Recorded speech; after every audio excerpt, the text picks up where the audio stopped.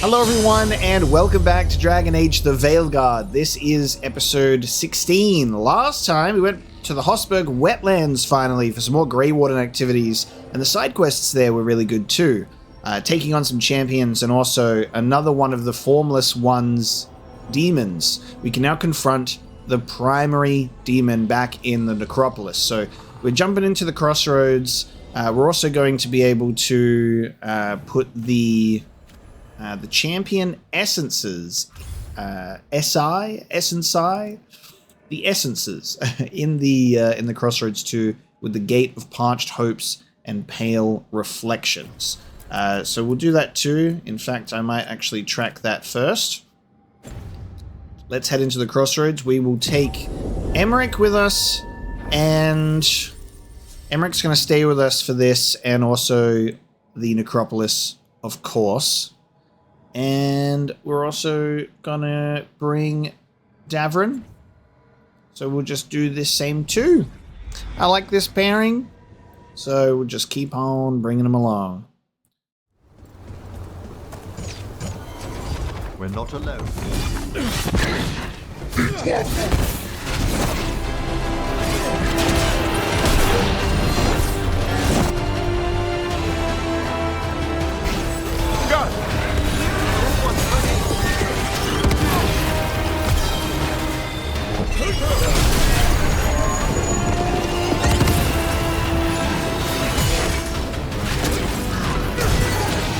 Finish them quickly!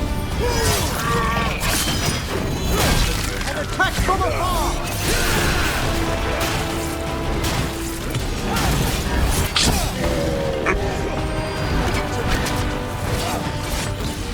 Strike them now!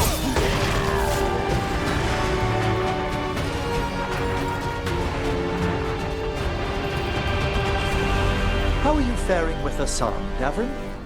It's all good. He's behaving, minding his manners, quiet as a mouse. So, all the squawking from your room. Must have been Tosh throwing a temper tantrum.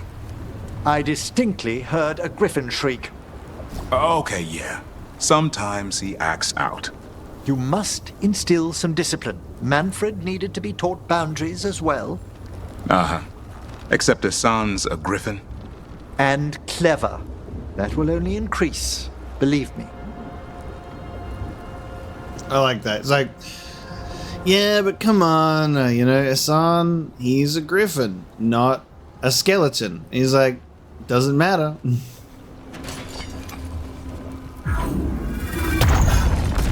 It matters even more.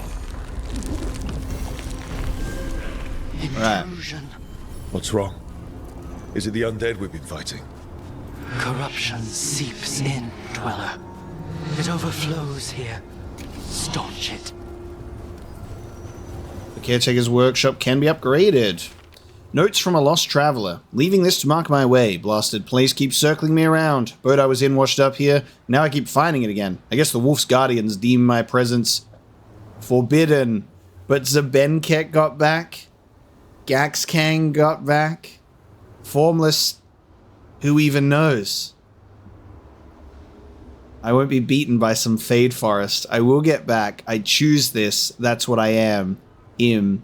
So we got Imshale leaving a note from a lost traveler, and the other forbidden ones. Zebenkek, Gaxkang, and Formless. What happened to that? So we've had one of them alluded to or referenced or even appearing in each of the Dragon Age games, and it's Formless One's time, which is amazing.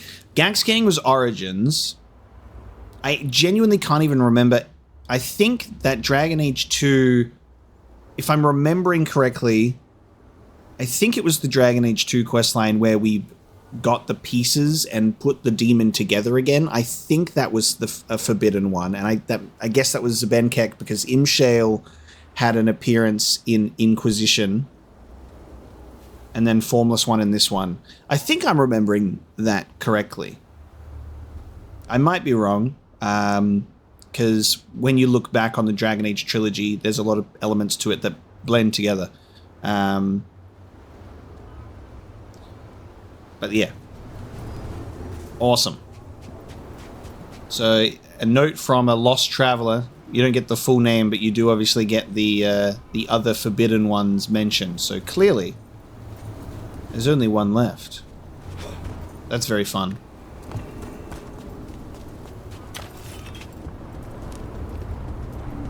Spent too much time getting the titles of them mixed up. Forbidden ones and forgotten ones. Got company. Have at them!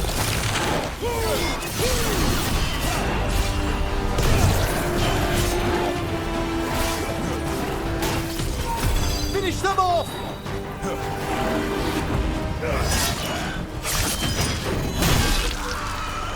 An excellent hit, Rook!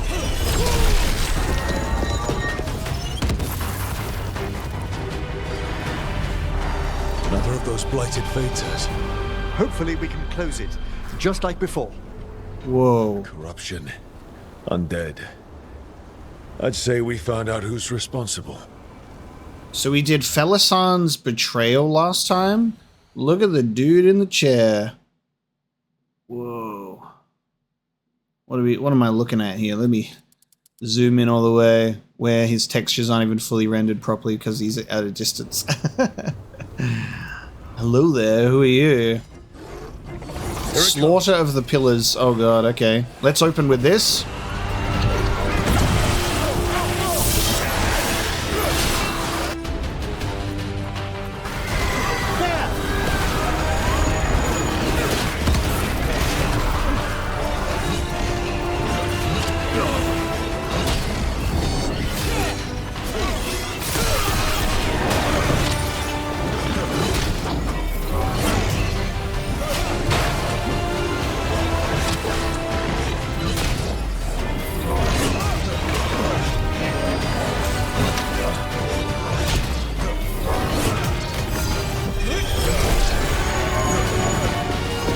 In darkness long lamenting. Oh.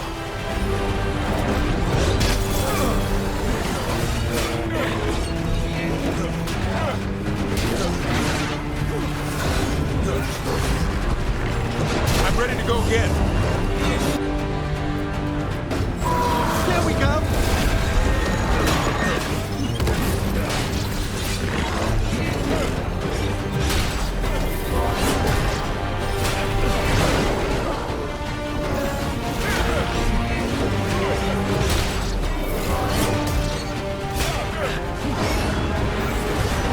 Light and sword stolen.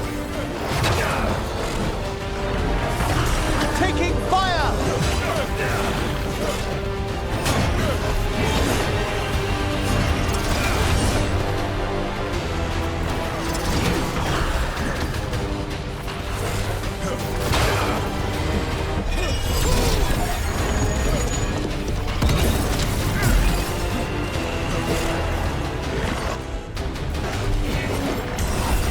I'm good to go.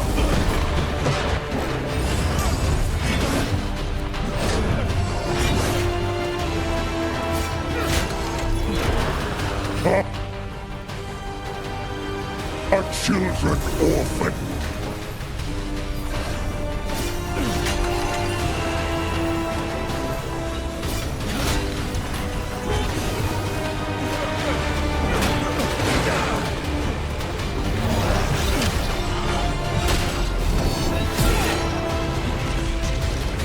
This one can heal itself too.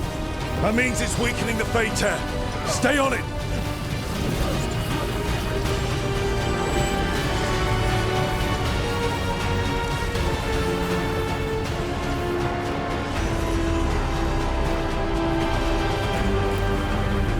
A wellspring brave. I don't know what I'm supposed to be doing when it's doing that. Because it I'm like, when that happened in the last one, and it keeps pushing you back, and I'm like, surely this stops. It goes all the way to the edges of the fight, so I think I'm actually supposed to push in and attack it maybe, and I'm just letting it happen. I'm just misunderstanding that part of the fight. Felisan had that as well.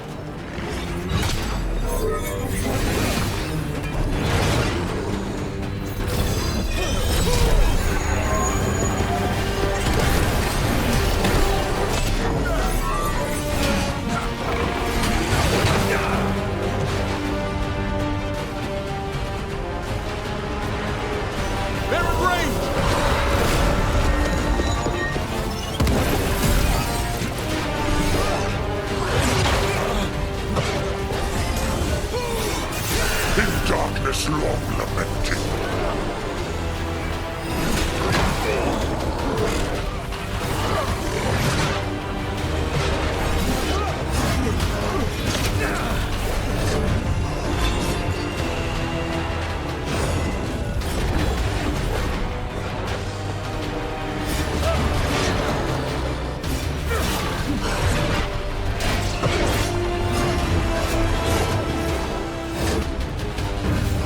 Certainly.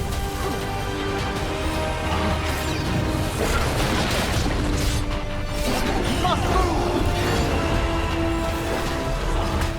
A wellspring drain.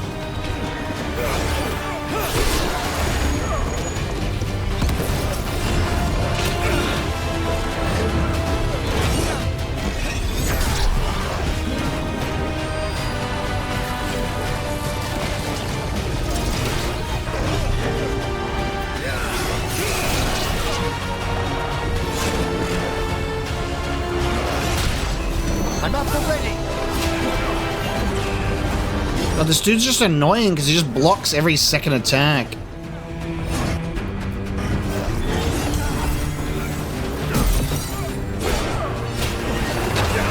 Light and song stolen.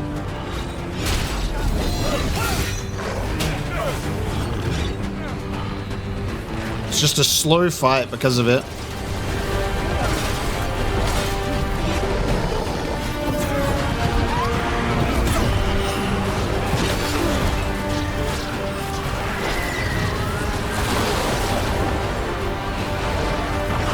We're attacking from afar.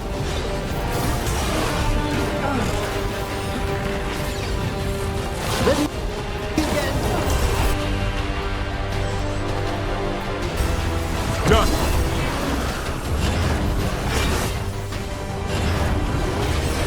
Our children orphan.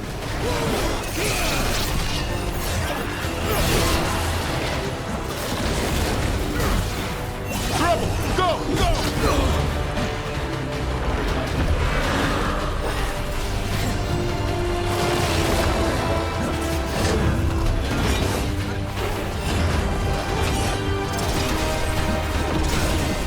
I'm ready, Rook.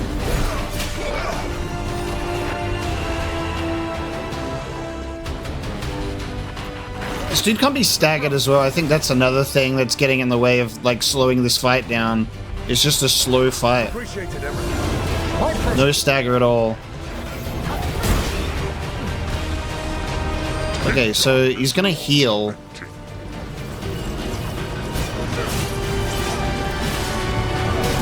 I think we should try and fuck him up.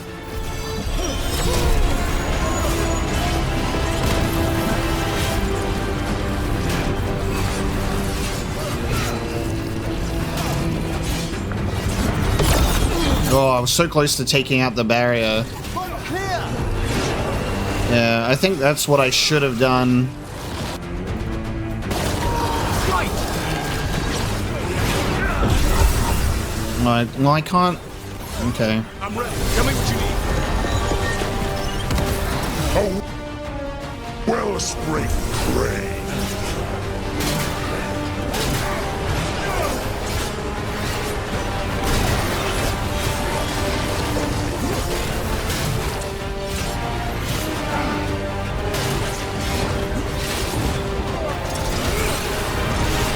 We're being fired upon. Move out of there. I'm ready again. I'm good to go again. They attack from afar. Rook's taking a beat. What are you doing? Children orphan.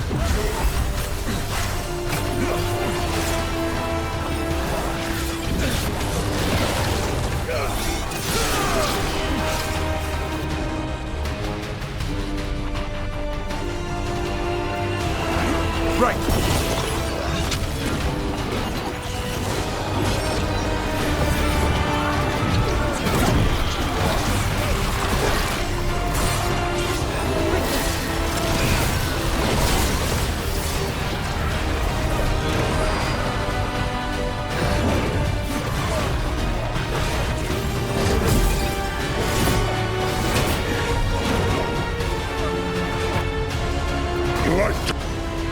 song stolen.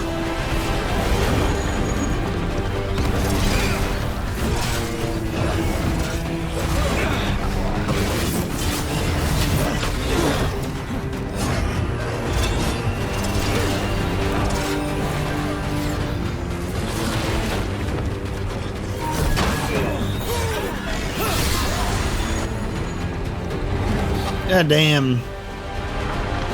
Well, nicely done.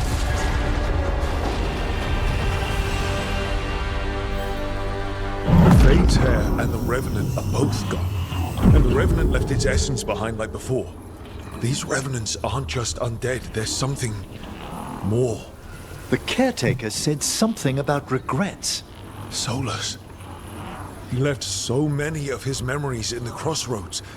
Maybe the gods raised the worst of them as watchdogs. Makes sense.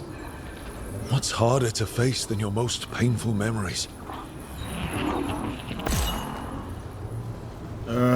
This'll Essence have to wait. acquired. It's the Canary Inquisitor throne too, I'm pretty sure.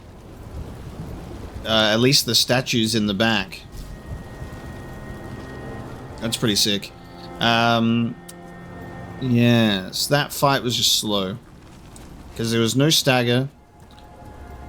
And I was just missing abilities, and then he was blocking every second attack. I think a character like that, an enemy like that, should probably have a stagger bar. Andraste's will!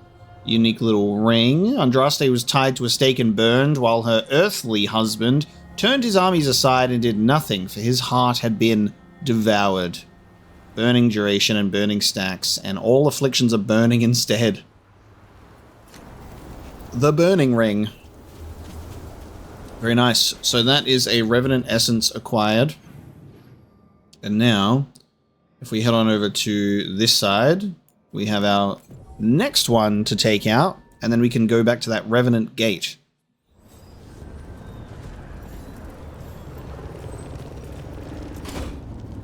Are we ready, team?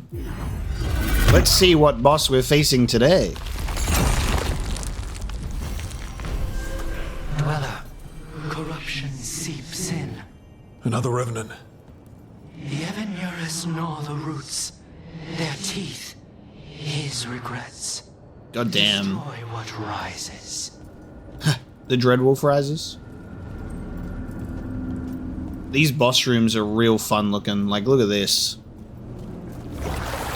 Undead Horde. Okay. Undead Horde specifically first. While we're just being watched.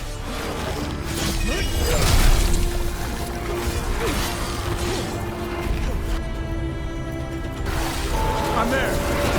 Set that one up.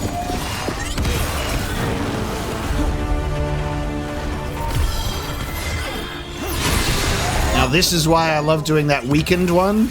Because you're just fucking weakening multiple together, multiple detonations. Keep it coming, bro. Why was that swing so slow, bro?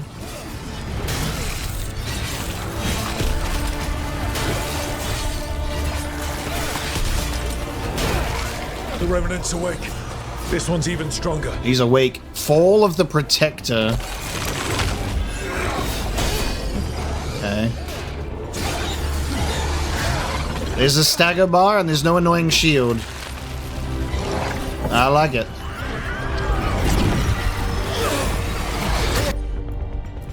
Tight bullet distance.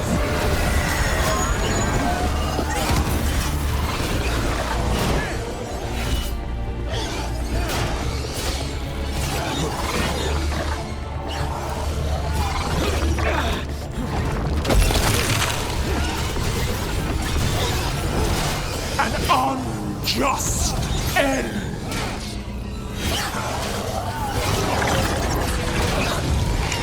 Firing at us. Watch for ranged attacks.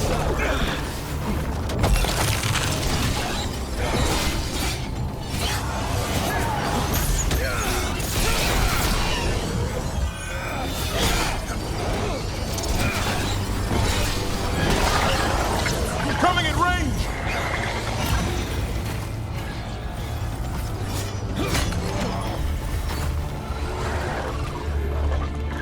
wisp of what was. Look! Move!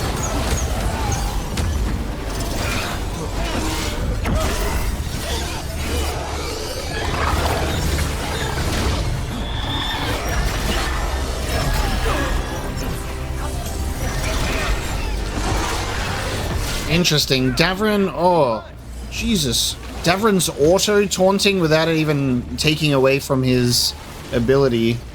Holy shit, how long do you do this for? Stop! What? Alright, is it absorbing? Here we go. The sun snuffed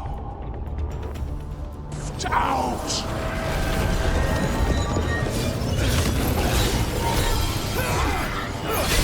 This is what I saved this for.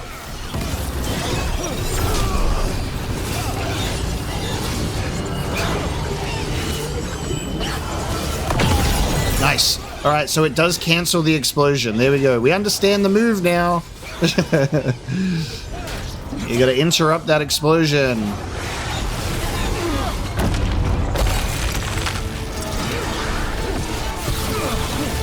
Okay.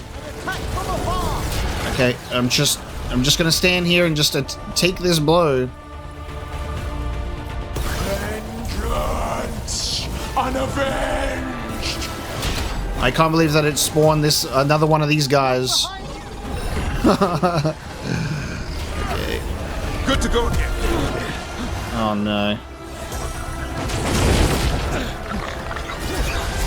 Can't see shit.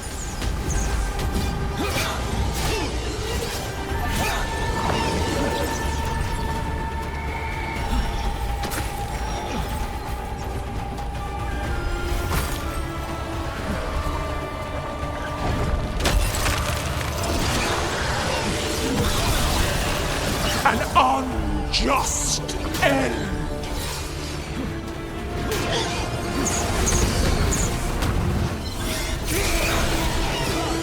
To the left!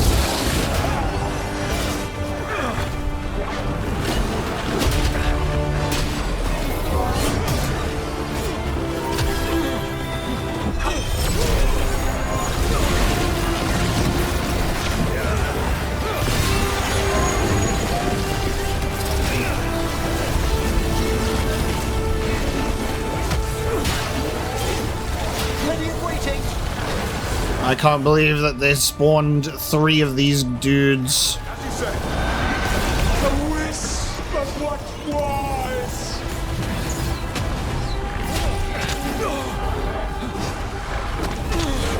Fuck.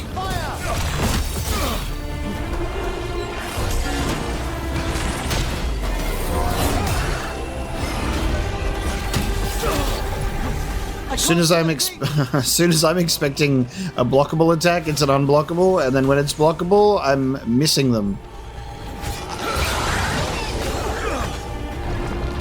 Ain't that fun?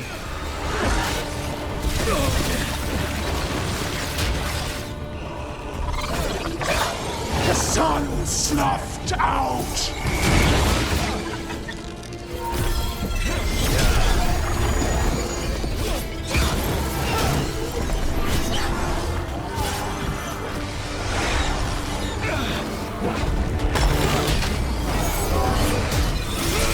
Get out of there. Need these enemies to go. Ready and willing! Yep, just endless fucking ice beam, bro. Understood! Rain incoming. Why isn't it? Thank you. Vengeance unavenged. Attack from afar!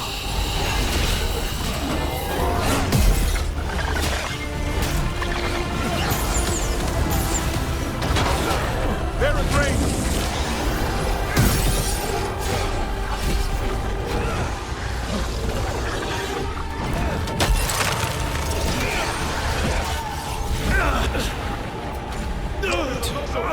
Infinite fucking ice beam. Revive charge, let's go.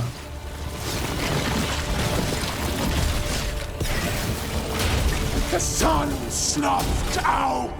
Just gonna stand here while I get ice beamed forever.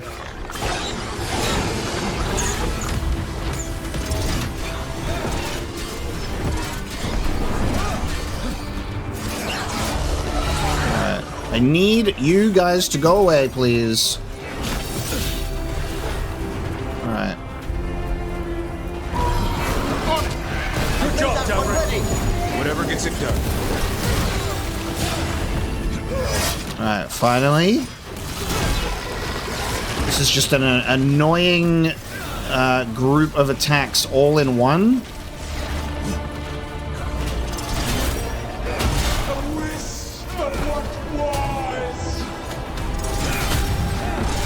There we go. Finally, they're gone. Alright, I've been trying to avoid attacking him so he doesn't absorb from the Fade Tear too early. Because I'm saving up my abilities for it. I can't see anything.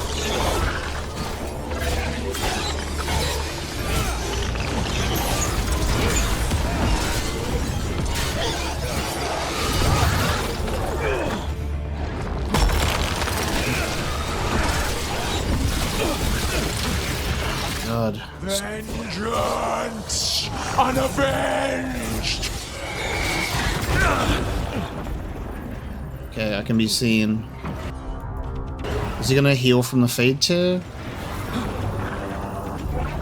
Do we have any other healing potions? I think we're out. Go again.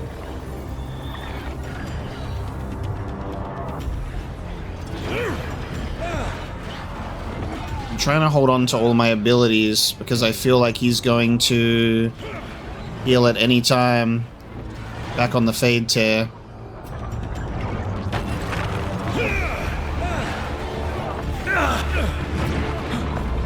An unjust end.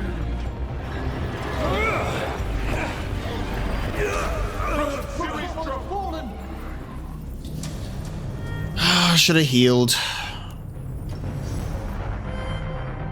I was being stubborn because I'm like, I feel like he's going to heal in the Fade Tear any moment I want to blast him, and then he just didn't.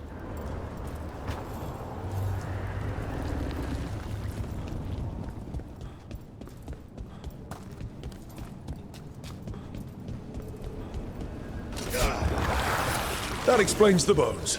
Hail, cruel death!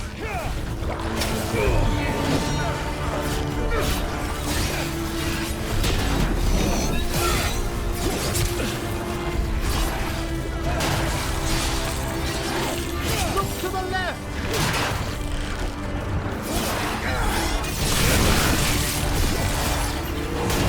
We have them now! Watch out! Behind! Good job.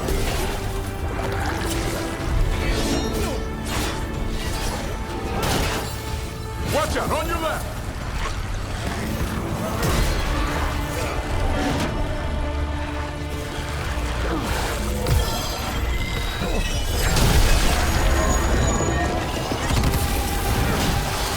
Palpable hit, Dapper.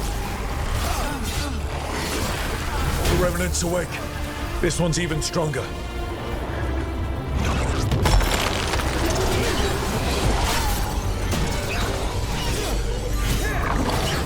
They're at range.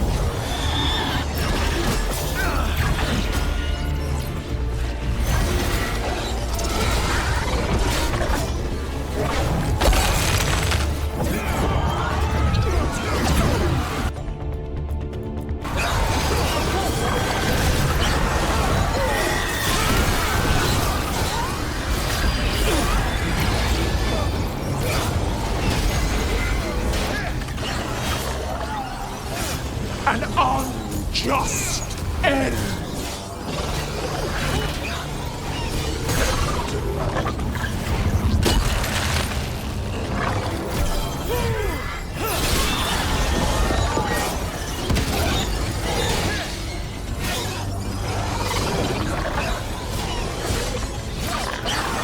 Get out of there!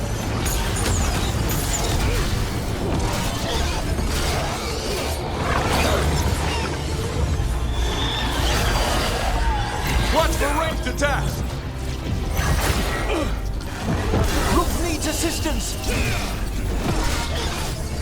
Vengeance! Unavenged! What? It's drawing power from the Fade Tear. Not just the tear, the blight.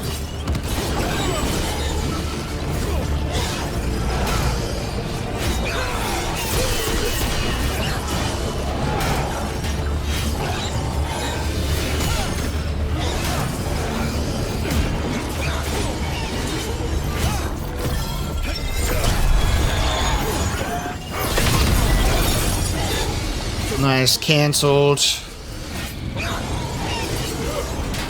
A wisp of what was! Ready and waiting! Oh, not blinding. Come on. Not blinding. Ice beam.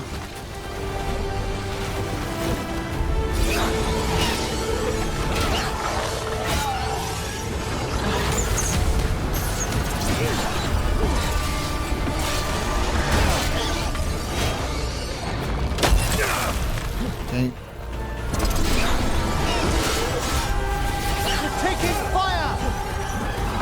Oh, okay. Snuffed out! Okay, yeah, just block it all. I got 3 of these fuckers now. Okay.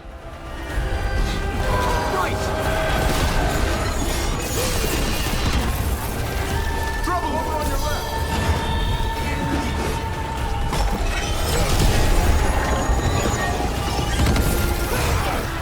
Goodbye, all of you. Off. Off the cliff. None of you.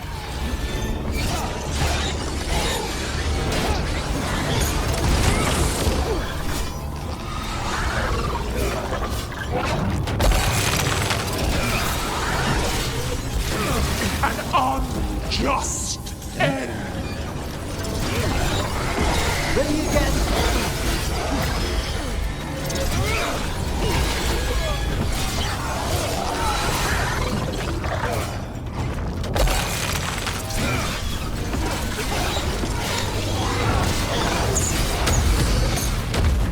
Why is he so much easier in this attempt? Why is he so piss easy now?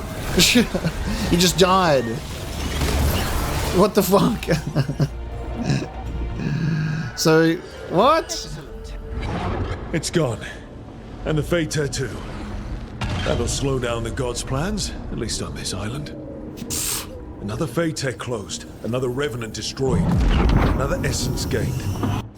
So that first attempt, I think it was really just the pain in not dealing with those 3 shielded guys when they appeared, because they split up, we were blinded, they were just constantly a problem, so it just made everything so hard to handle, getting ice beamed all the time. And then in that second attempt, you collect them all together, you just boot them all off the cliff, and then suddenly that boss has just been melted. It's very interesting to see attempt 1 to attempt 2, and I just went, this wasn't even difficult, and I failed spectacularly in that first attempt. We were barely blinded, and those shielded enemies were barely even a threat. It was just, I think that first attempt was just so chaotic. That makes 3 essences. We should start looking for somewhere to use them. I know where we can go. There we go. More essence. And I only, like, healed once? So strange. Alright. The Master of Craft. A pantomime theatre mask of June. In narrative, he is the means and the tools by which needs are met or obstacles conquered. His will hides in the actions of others. So we're getting these theatre masks of the other elven gods. We'll have Emmerich increase his healing. We'll just go straight into... I'm gonna refund his points, and we're gonna focus on his healing one. I don't need rage, so healing bonus and cooldown duration. And this one we use a lot for detonations. Applies chilled or necrosis. Necrosis is good. And less cooldown duration. So I'm just going to focus on those 2. because those are the ones that we use the most. Wonderful. Now we have the 2 Revenant Essences, so we can go back to the start and put them in that gate. Casket Sharp, unique, Great Axe. This weapon's light attacks are now also heavy attacks, and dealing an enemy deals stagger to nearby enemies. Okay. What this axe lacks in imagination, it makes up for in heft. Attacks land vertically like an execution. Damn. Let me see what this looks like too. I like the look of it. It's a cool looking axe. So my heavy attacks are also light attacks. Sorry, my light attacks are also considered heavy, but they're still swinging like they're light, which is fun. Okay, very nice.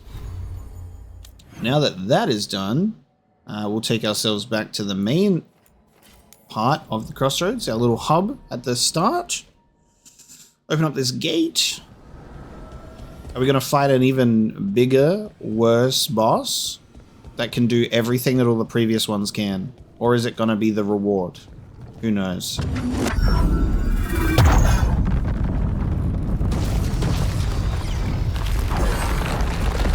Yeah. That must be why the Revenants were raised, to keep that door sealed. Time to see what the gods are hiding in there. Maybe before I turn this corner, because I can upgrade my caretaker place now, we'll go back to the lighthouse real quick and I'll do upgrades so then I can at least get a little bit more of a stat buff. And we've got companions talking to each other.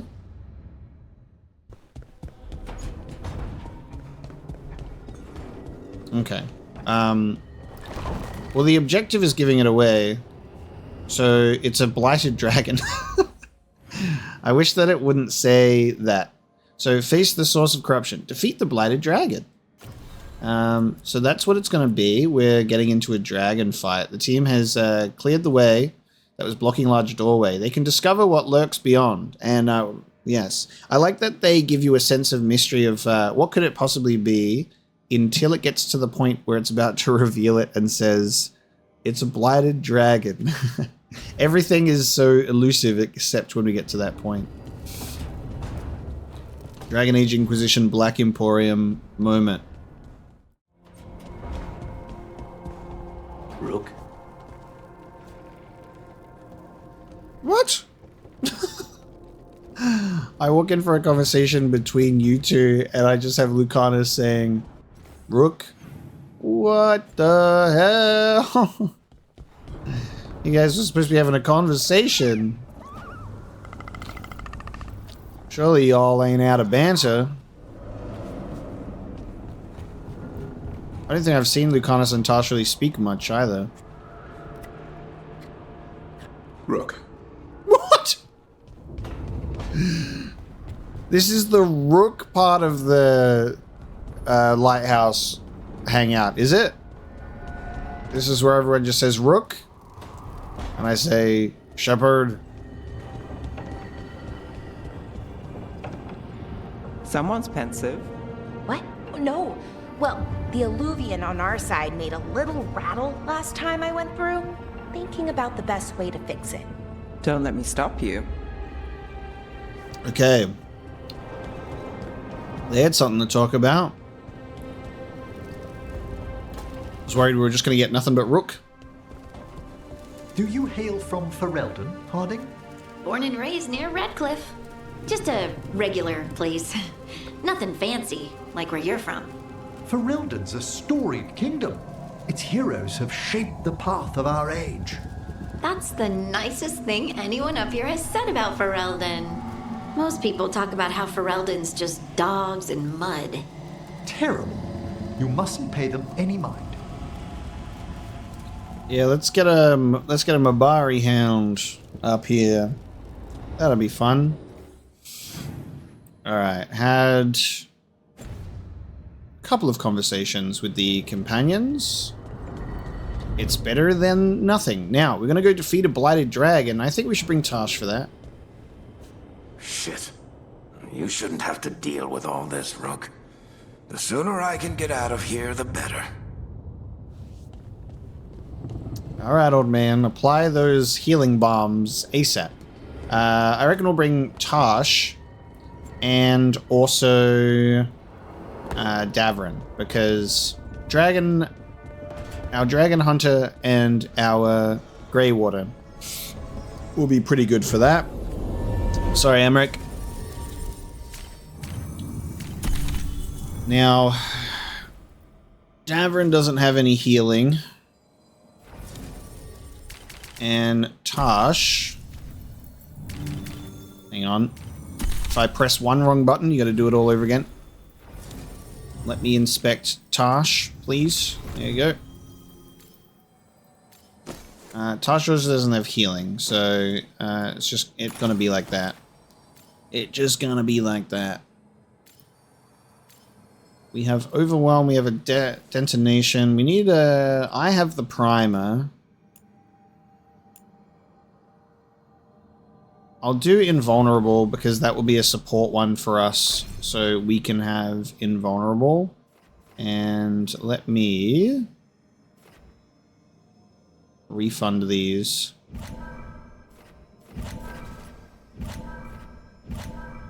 So, briefly Invulnerable. Also get Precision. When the effect ends, enemies take 100 fire damage and are knocked back. Deflect.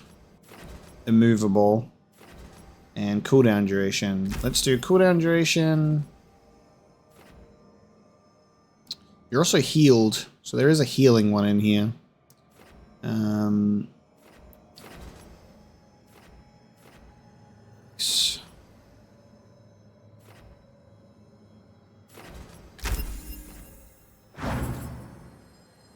I shall do that, I think.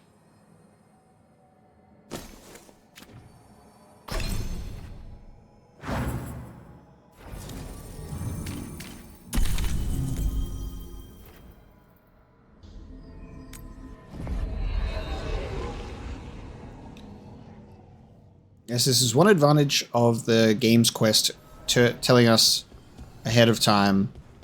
Oh look, the quest is investigate the blighted pathway. That's what it should be. I wonder why it changed to go and kill the blighted dragon when the quest is investigate the blighted pathway. It changed the quest line on me. It changed it on me. That's nuts.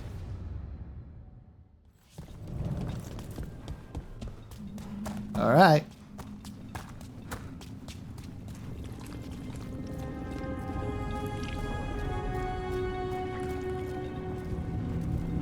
Lights up ahead. Cool. The Lady of Fortune. A pantomime theater mask of Anduril. To narrative, she is purpose. She grants strength of clarity, but blindness to trickery. Blood and force. Spare us the moment we become your prey.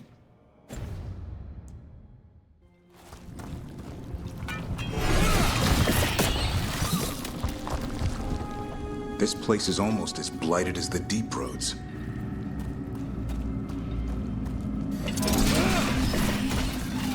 We'll be going with the Deep Roads next. Ready? Wouldn't miss it. We'll be going to the Deep Roads next, because that's where Harding wants to go.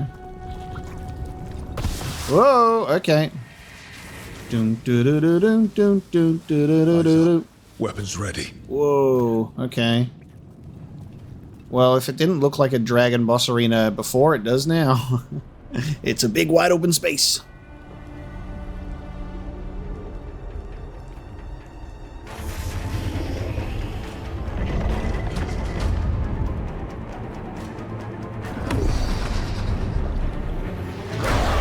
Alright, Tosh, any pointers for this one? It's been feeding on the blight.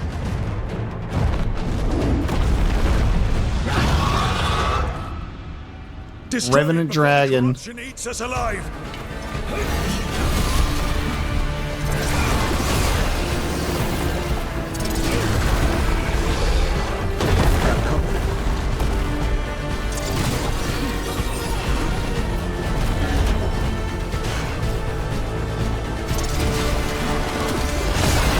Light first.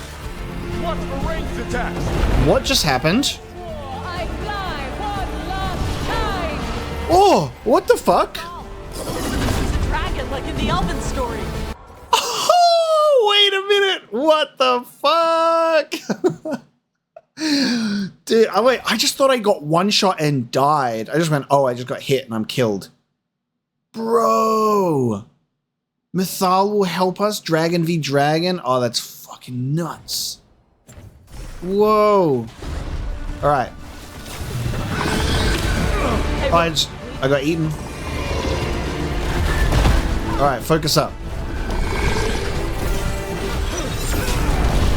No detonation. All right.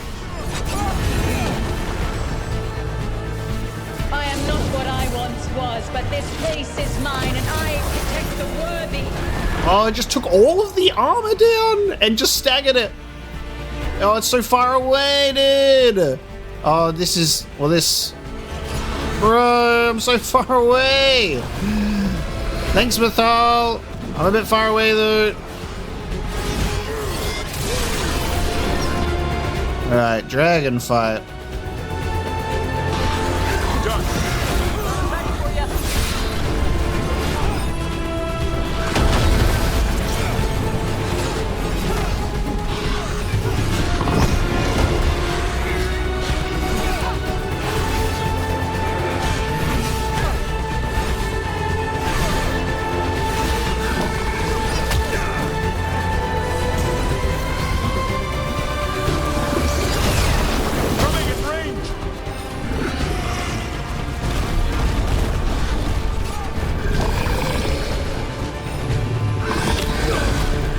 Timing. There's what I wanted, the detonation.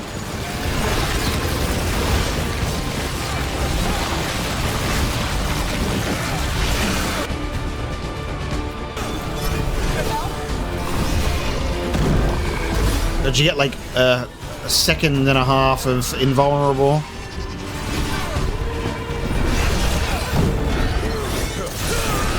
Closer on the left.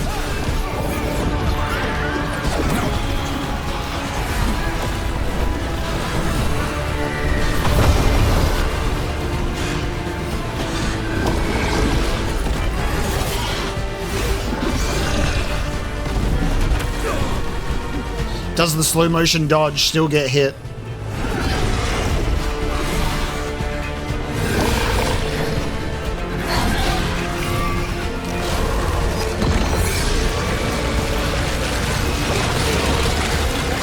I got hit by the ice breath at its neck level.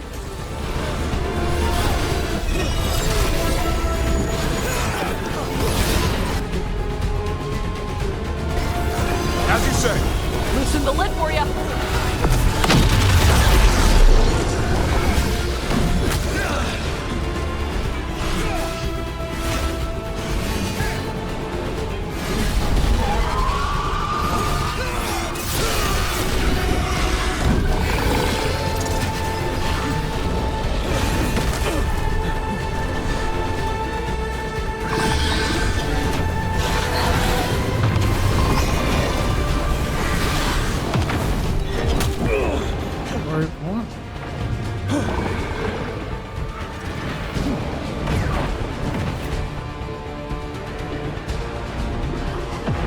I think this dude does multiple elements. That's crazy.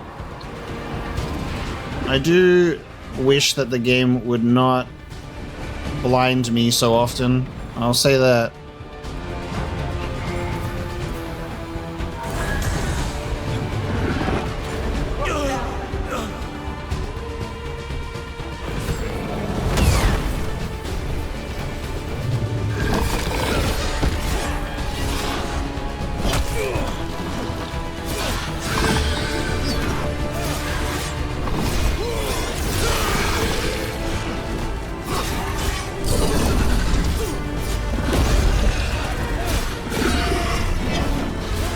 Interesting to see all of the floating damage numbers mixed with 0 because of the elemental damage that the sword does.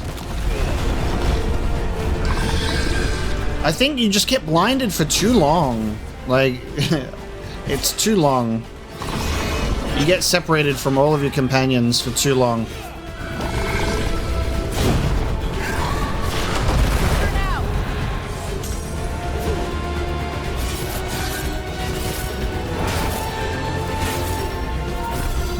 Wish I had teammates here for this. Oh, it gives me them back right after. Hey, Mythal, we could do with a hand again.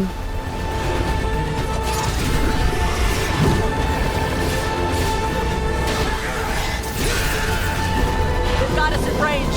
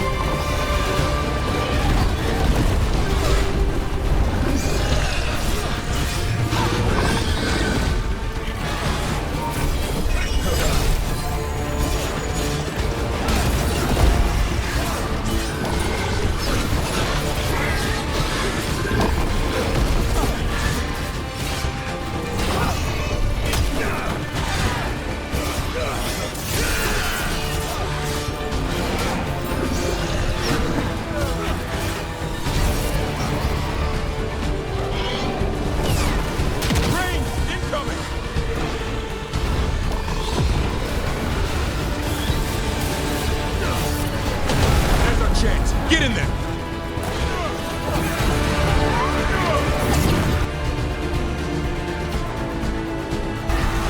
I'm there!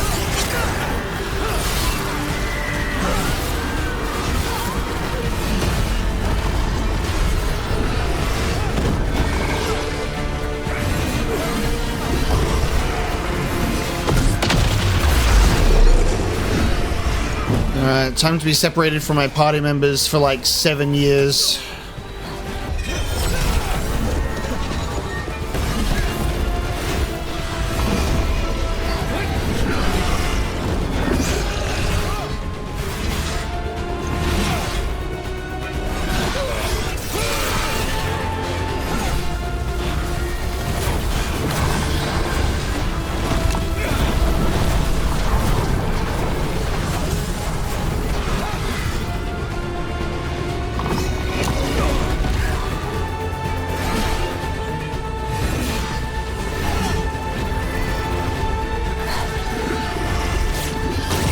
Oh, yep, sure.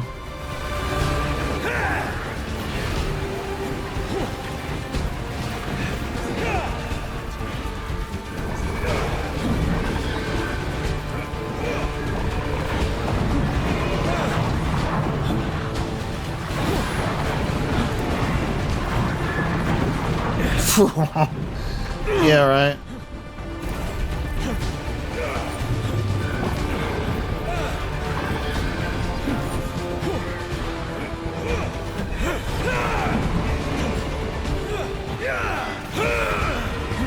When do I get my teammates back? Anytime? I'm dead. Oh, just blocked it.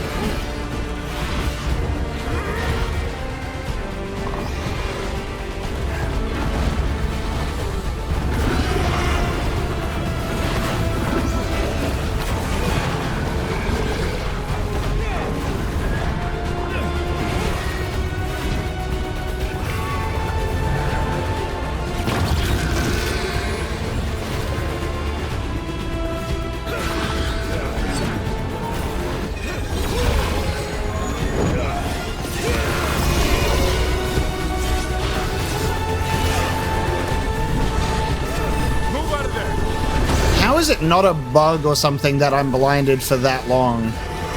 That just feels insane to me.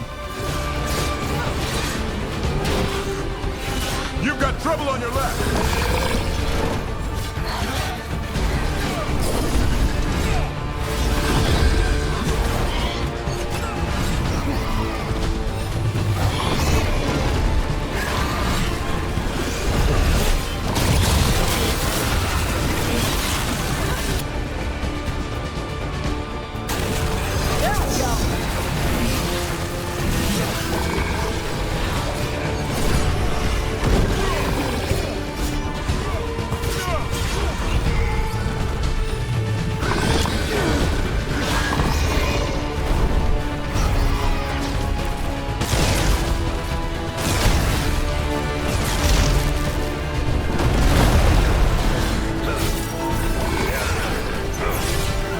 Bro.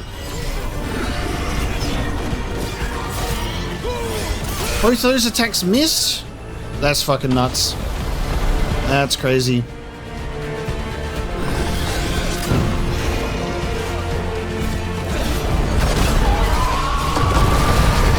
Tasha's ability didn't detonate either, okay.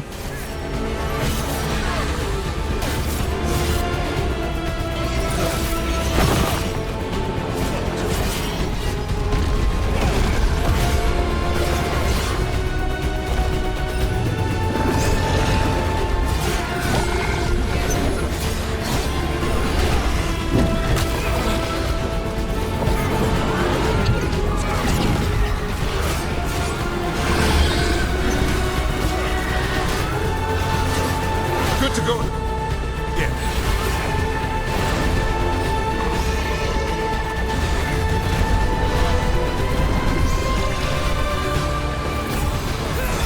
There we go, Tosh. You got it.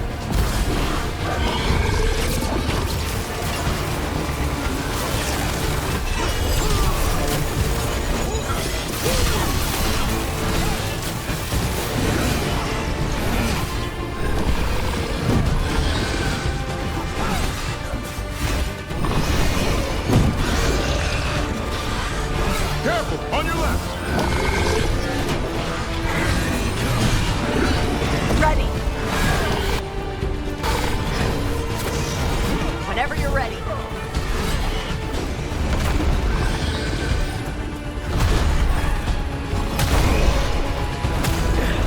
Bruh. Not so good.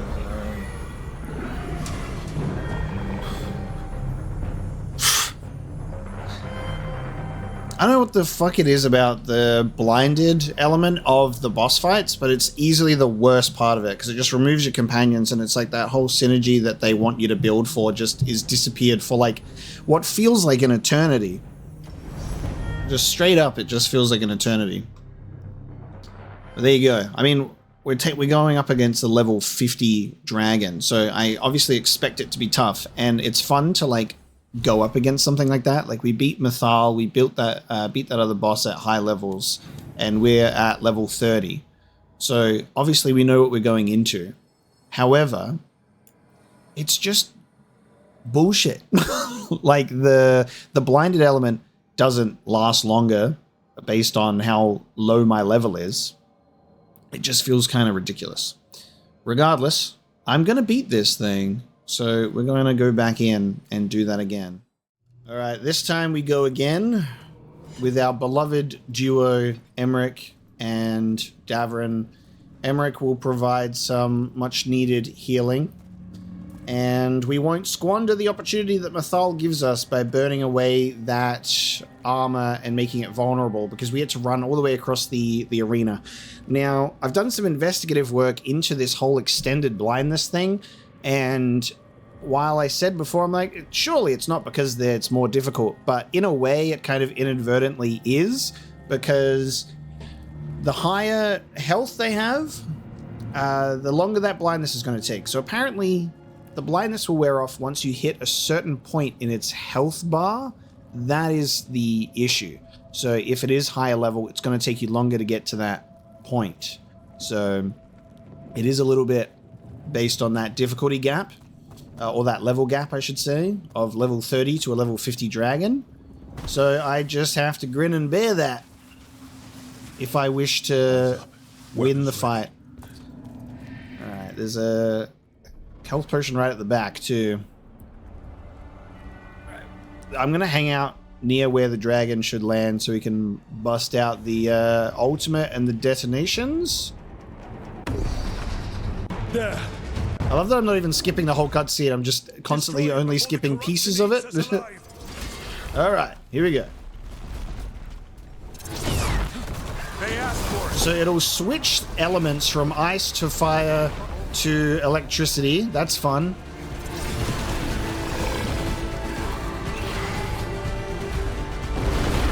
As I swore, I fly one last time. It's Mythal. She's a dragon, just like in our old story. Now this is really interesting because she's like, one last time. I'm like, is this the fight that you're gonna join in on? You're not gonna join in for, like, I don't know, the fight against the elven gods? You're gonna join in for a dragon v dragon fight. One last time, huh? I am not what I once was, but this place is mine, and I protect the worthy. I feel like it might be more than one last time. Okay, we're actually here now for the combat. Ain't that nice? No problem. That one, quickly!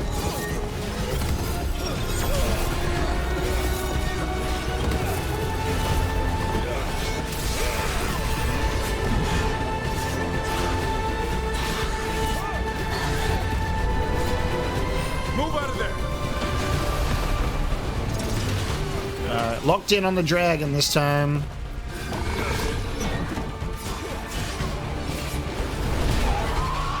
At the ready.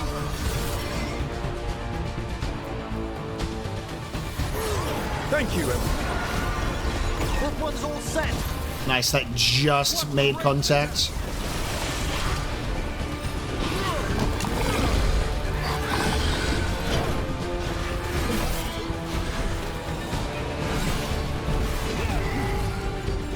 I'm good to go again.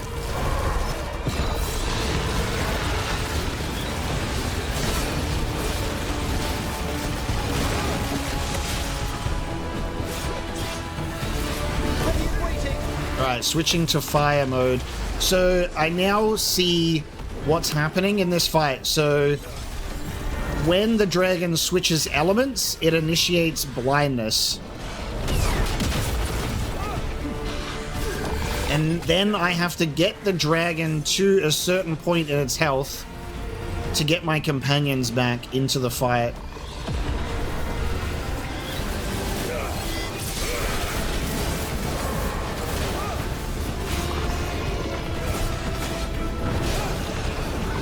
And that will take however long it takes, I guess.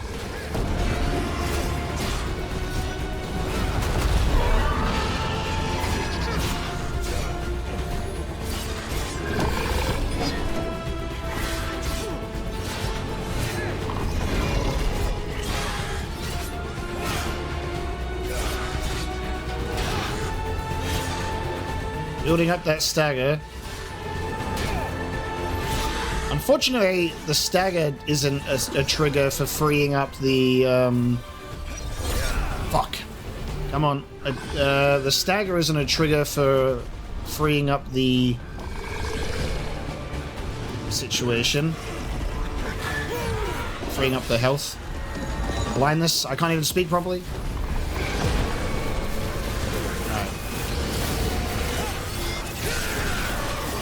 Alright, it's about to be staggered. Oh, it actually freed them because I guess it just did enough health. Good. Nice. So now it's going to switch to another element soon.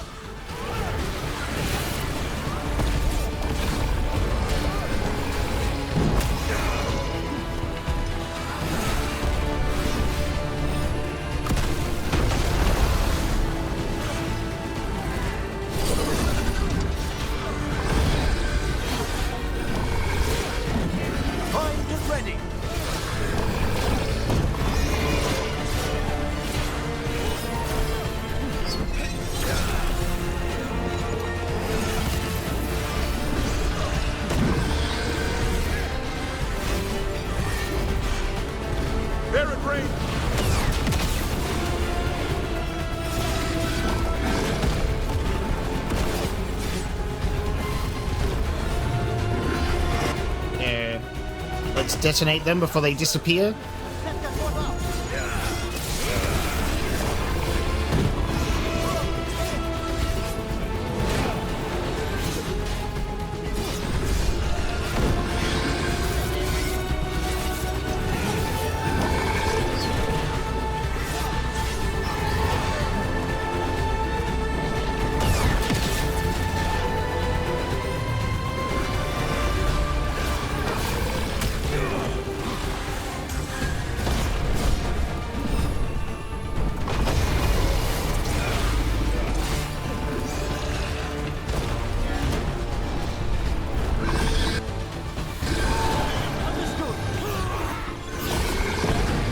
Why does that keep fucking up? I'm good to go.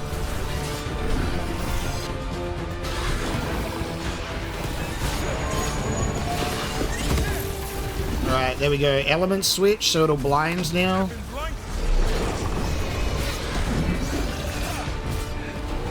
So now I have to get it to a certain health point. Take this opportunity to go get some health potions.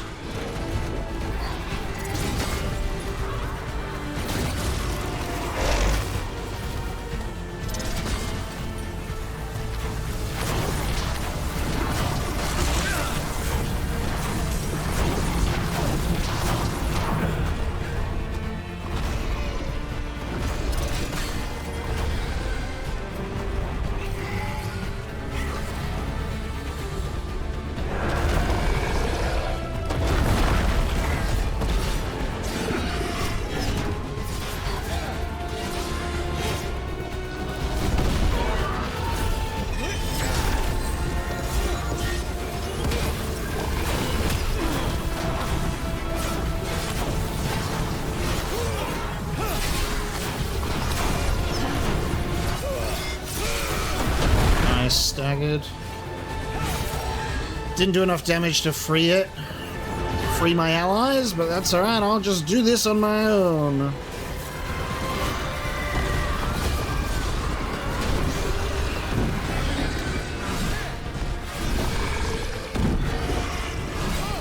There we go. I have him back.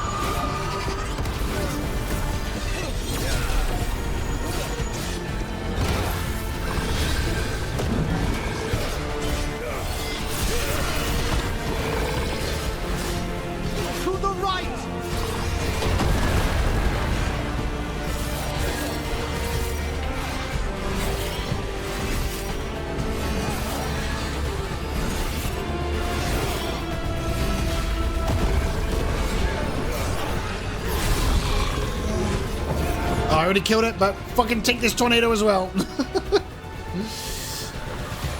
A win for us. Goddamn. Corruption staunched. The Avenura cease their gnawing. The crossroads heals. A sanctum renewed, dweller, as is needed. That was just a fragment of Mythal? Can't imagine how powerful she was back in the day. Hell yeah. When the team came face to face with a blighted dragon sent by the gods to corrupt the crossroads, they did not face it alone. A piece of Mythal's essence helped them defeat the monster. The caretaker is grateful that Elganan and Gilneain's most insidious influence has been cleansed. Got a nice Lords of Fortune reputation increase there, and a codex entry. So Mythal showed up to help us against that blighted dragon. Will she show up to help us against the others? I guess we shall see. I'm a bit confused by the one last time thing. I'm like, you're not going to show up at like the end? But a blighted dragon is a blighted dragon, and the crossroads can now begin to heal slowly. But that was fun. Now that I've figured out that whole blind thing and how it works and that it's health gated, it allowed me to understand it more instead of being like, what the hell is this? And then again, another situation where you're able to go in on that second attempt and just play ball with it in a good way. You go like really terrible, healing everything in the first attempt, being like getting so close and then dying.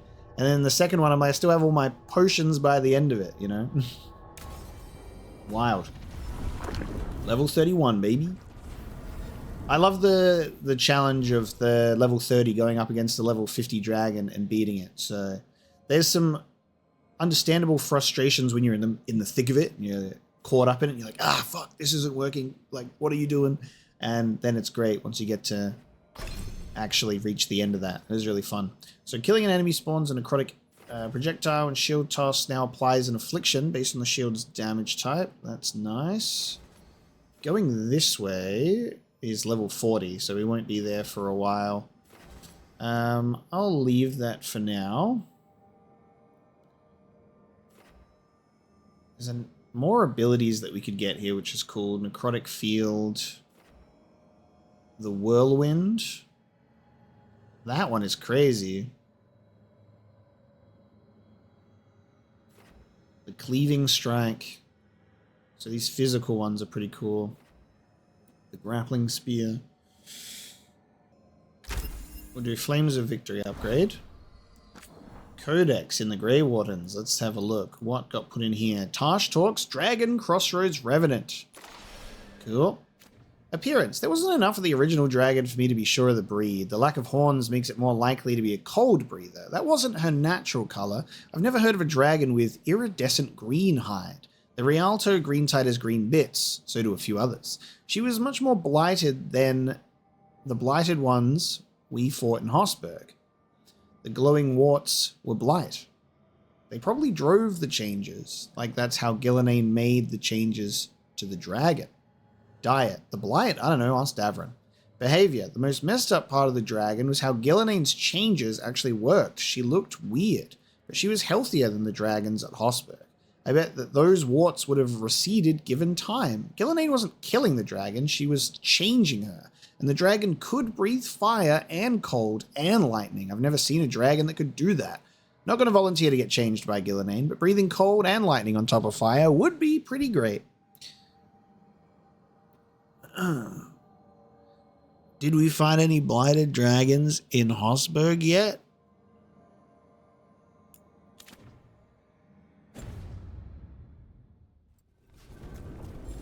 Blame the guy who's fighting a level 50 enemy at level 30 just because it unlocked and I was able to.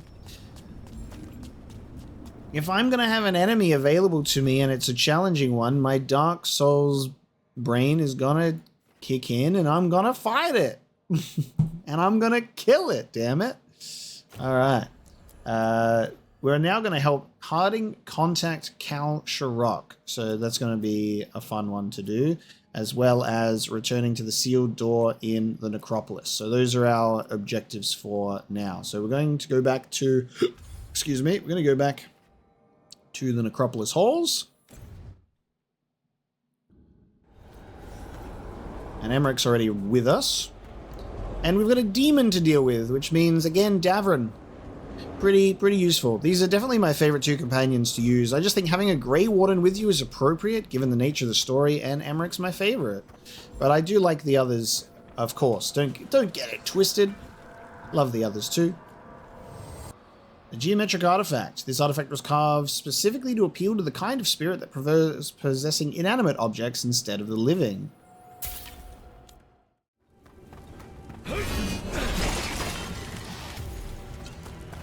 Alright, Emmerich, you ready for this bad boy? It's quiet. That spirit we've been chasing must be waiting inside.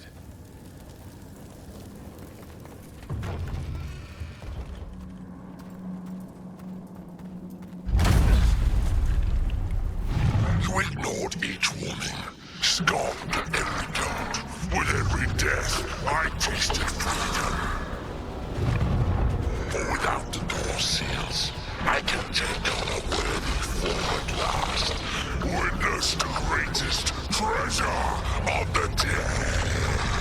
Oh god, he took on the form of a dragon! Oh my god, it's level 40. Alright guys, we're in another dragon fight.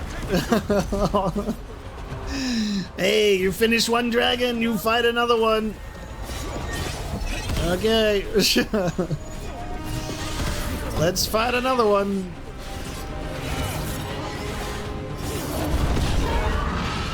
Now, something that I realized in that second attempt is making use of my sword and this two-handed weapon. So when we're hitting weak points, we want to hit the weak point with the axe because that is actually doing the physical weak point damage. So that's what we could see at the final blow that we were doing on that dragon before.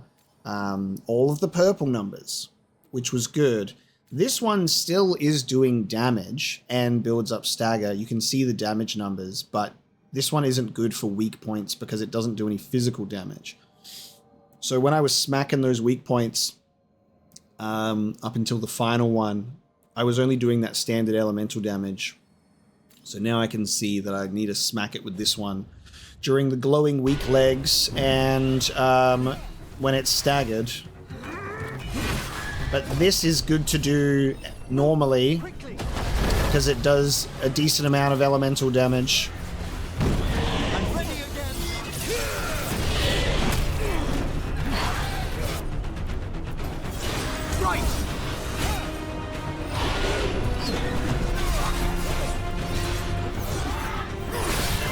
Or that ability, of course, on a weak point does also a good job.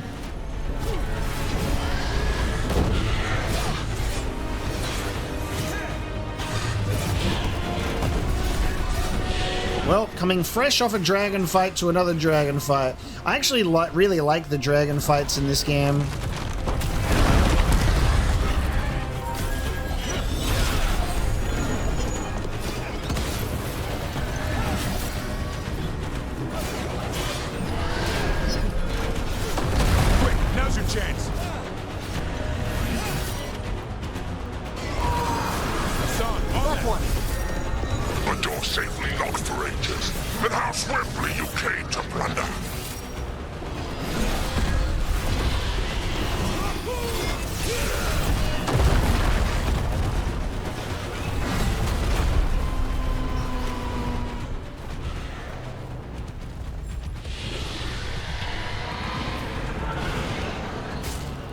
I think the dragon fights in this one compared to Inquisition are cool because they have like a really amazing story implication and they're like actual genuine dragons to fucking destroy.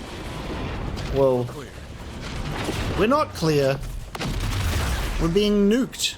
But then the dragons Inquisition were just hanging out. They're just like, they were just chilling. This one is charged.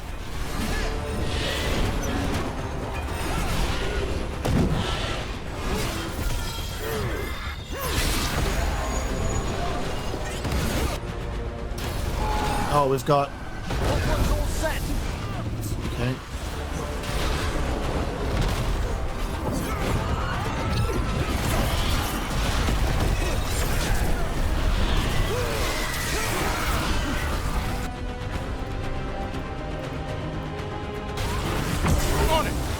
Thanks, Davrin. Happy to help.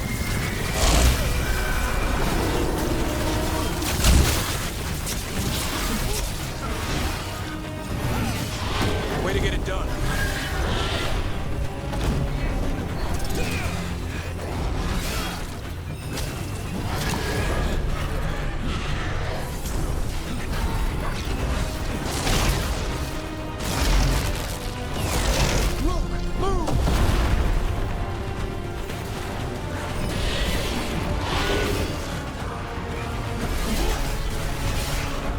Watch out!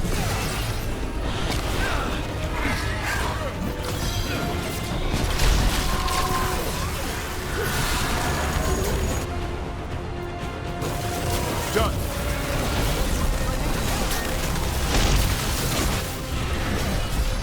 More of that.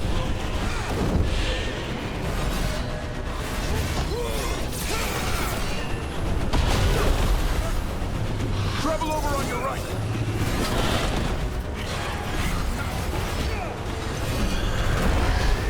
Nice, Emery. You're quicker than you look. As soon as you add like the ads into the mix, I'm just like, come on, good.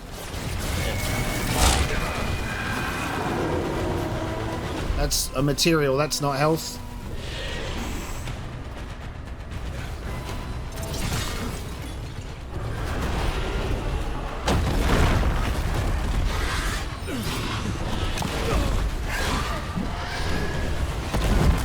Respectfully, I disagree with every single hit I just took there.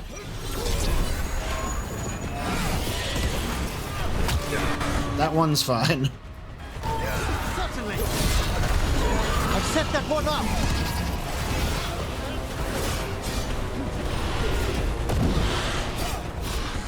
Watch the road.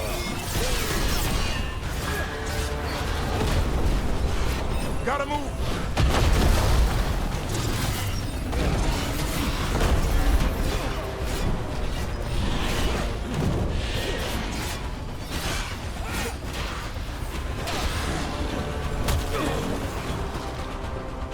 Come on, go down. Stagger time. Hit it.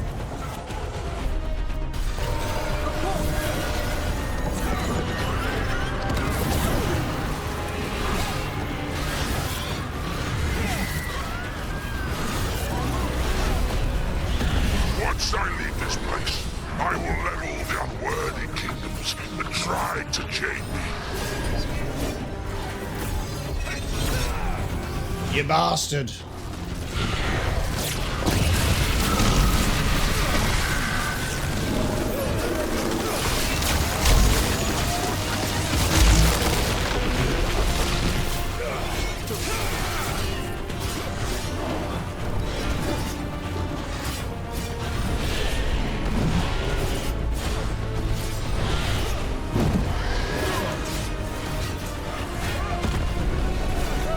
You have to move.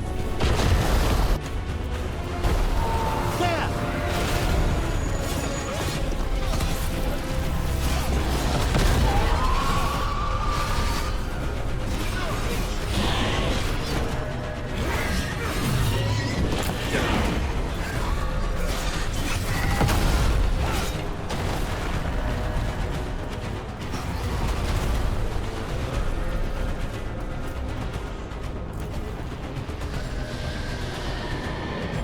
I'm ready.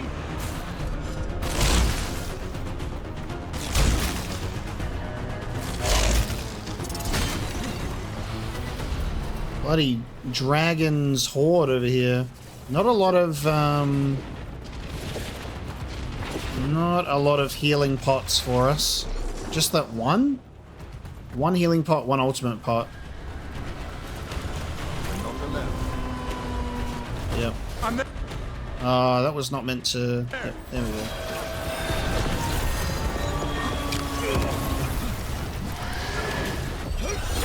Helpable hit, Davrin.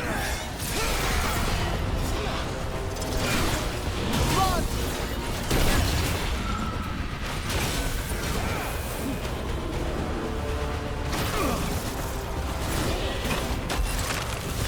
Must move!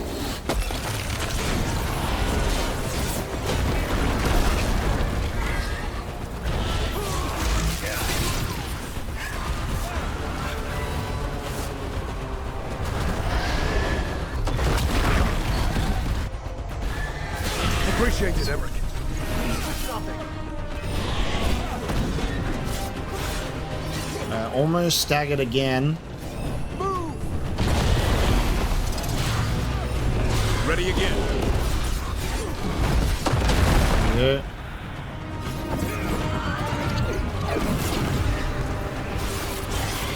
A solid hit. Already up so quickly. Whatever gets it done. At the ready.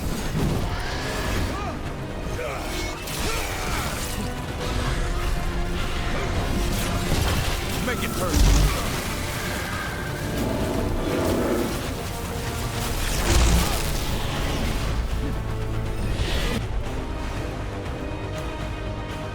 Behind you! That one, quickly!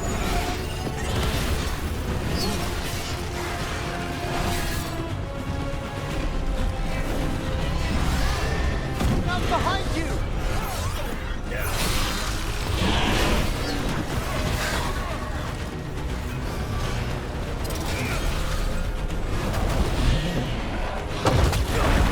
Way to go, Evan. You think I can die once more? I will not give up this form! You're the formless one, bro.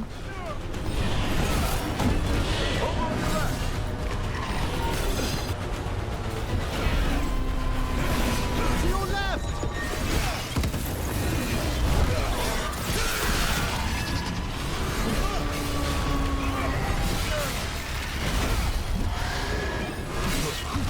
Fine hit, Rook! Trouble over on your left.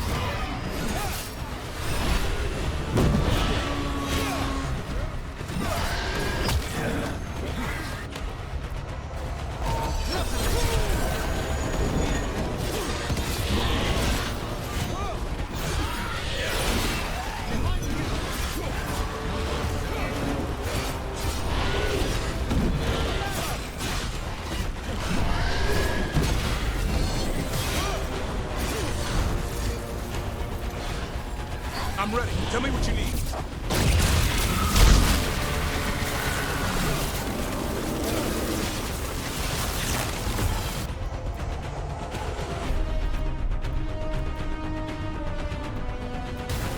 Got it.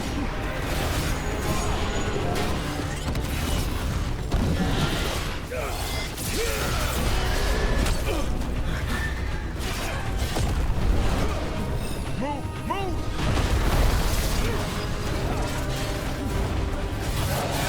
Quickly! Strike now! I'm trying.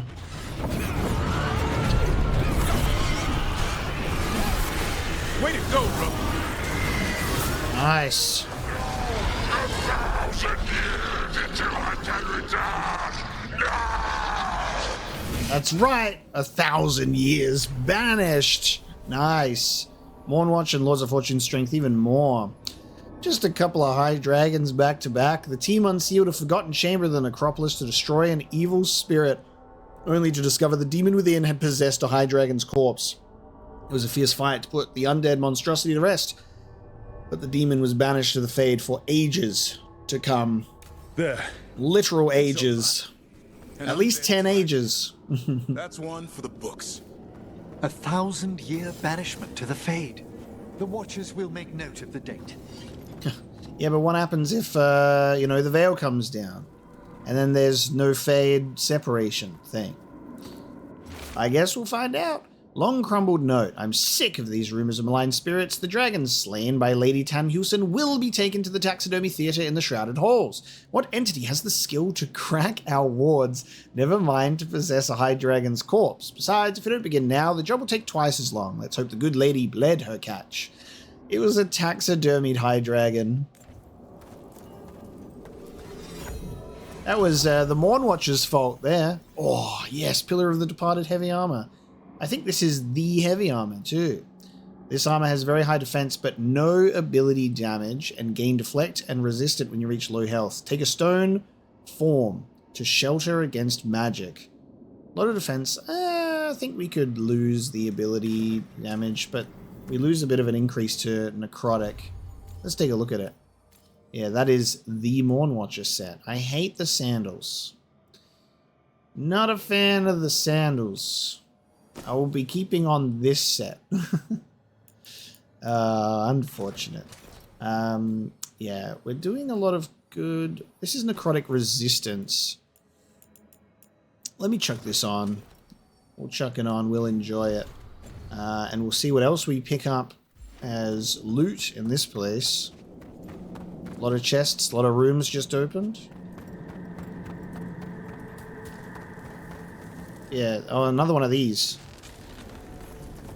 You return. We are content. Interesting. Why are you here? What do you want? Not now. Not yet. We will show you soon. Wild, okay. It just gets weirder every time. I thought initially that the circle thing might be associated with this formless one situation, but it seems that it's something else. Word scratch on the floor. My old rivals sought to forbid me this form, and today I shall surpass them. I'd like to imagine a little dragon claw riding that on the ground. My regards for Harding, okay. And Bandit's Bulwark, which we have equipped. It's now legendary. Nice. The Harding upgrade was unexpected here, but there you go.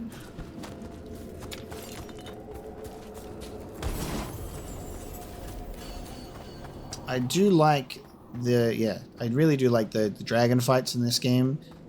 They all fight the same, so it gets to a point where you can really kind of figure out that if you're hanging out by the leg, it'll try and kick you in the back, and then it does some pretty predictable swipes and moves. But still, when they're that high level, it is still like if you slip up, you will die. So they're still quite engaging and challenging on that sense. Some dragon blood. Crystallized high dragon blood, treated with necromantic embalmatives. It preserves strange and rare properties from the jagged frontiers between life and death. If I'd have known that that was going to be another dragon, maybe I would have gone to Kal-Sharok with Harding first to space out the back-to-back dragon fight. But still, very good. You gonna show me what the codex entries actually are, game? Thank you. All right, miscellaneous. What are we looking at? Oh, it's forming. There we go. The mysterious circle. The artwork is connected as well. So the second circle, we found it. A complete circle. It wasn't in Arlathan. It was in the deep roads of all places. Someone heard what sounded like Hala coming from a fissure. So this is like Gilanane's whispers. Tan and I, as the keepers second and first, were asked to take a look and see if any of our animals had gone missing. We went down into the deep roads and followed the sound. Could tell by the echoes that they were some ways in, so we got ready for a journey. Eventually we found them in a chamber farther in, just as we'd expected. It was dark. I mean, it's dark nearly everywhere in the deep roads, but even the light spell that Taryn had cast started to sputter out when we entered the room. The air felt greasy, almost like we were pushing through it, but we made it to where the Hala were cowering, and I saw it. A complete circle. I took it. It was strangely cold to the touch. Even now, next to the fire, it stays cold. But there's a marking. White lines and black triangles. I wonder what it means. Ceres, first of clan Ursulae. So this is like, I need to find one that's still intact. So this is what we're getting into. And the Mornwatch has a codex entry, which is Necropolis Demon, not a dragon. This is not a dragon, it is a demon possessing a dragon's corpse that is completely different. This is not a dragon. Stop asking me what it eats. Probably feelings or something. It does whatever demons do because it is a demon and not a dragon. It is a demon wriggling around a dead dragon's corpse like a puppet. None of this is okay.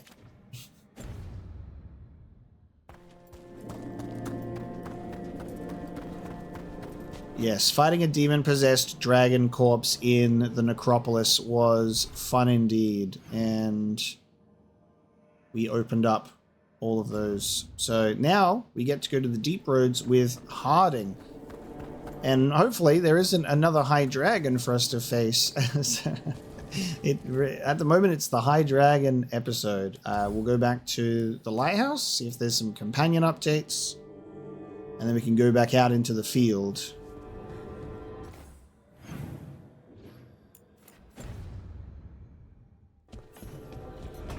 Missive from the Formless One? These letters twist and writhe. The paper is made of flickering fade stuff. May your eyes rot. May your heart burst. May you live 1,000 years so I might kill you when I am let out into the world again. On that day I shall be formless no longer. Buddy, that's going to be 1,000 years from now, and I will be long dead, and it will be someone else. The world may not even exist as you know it in 1,000 years. This is the kind of guy that writes you hate mail after you ban him. He's like, screw you, mate. I'll get you. I heard you and Lucanus arguing. Had a difference of opinion. Is that all? Sounded like you were ready to kill each other. If spite starts trouble, it might come to that. A bit early to jump there. We're talking about a demon. Interesting. It didn't seem like they were about to kill each other to me. It was just Davrin being very pragmatic about a demon. But there you go. I hope Manfred didn't cause too much of a mess, Lucanus. He's enthusiastic about making tea. I give him that. But if only he made me some coffee. You know, that thing that I always talk about because I can't go to bed because of spite. If there's one thing that I do in this game when I replay, it's spend more time with Lucanus, because it's very clear that what happens is, like, story-wise, I made mistakes of not doing his companion quest, and then I also didn't choose to save Treviso. So Lucanus is literally just a ghost to me. He chills out in the back and he says, "Not now, Rook. I just want my coffee." So there is a little bit of a shame to missing out on some companion story and detailing there. However, it seems that Nev would probably be in the similar situation, and Nev would be distant to me if we didn't save Menrathis. So it's kind of gonna happen whether you like it or not. I've definitely spent the most time with Davrin and Emmerich so far. But there's a lot of the companions that I'm excited to spend more time with, I think. Lace, you grew up among humans, right? Do you believe in the Maker? Come to think of it, I don't know anymore. But I don't think an indifferent god is better than an evil one. Now, in regards to getting to Kal-Sharok, if we take a look at the world map, there is a mirror? Okay, so travel to the deep roads via the crossroads. So we'll get into the crossroads.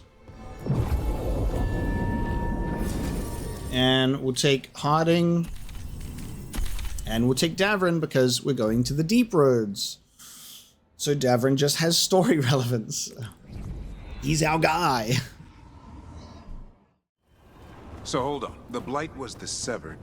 Dreams. Right. Dreams of the Titans. And they were driven mad by imprisonment? Yep. How do you wrap your head around that? The same way you wrap your head around the elven gods talking to mortals as the Tevinter old gods who were really their dragon thralls. Reality is wild. Just go with it. That's one of the best companion dialogue pieces we've heard. And this is the thing. It's like, I'm clinging to some of my favorites that I'm using a lot because I'm like, this is good for story purposes, but all of the characters have such good things to say in companion dialogue.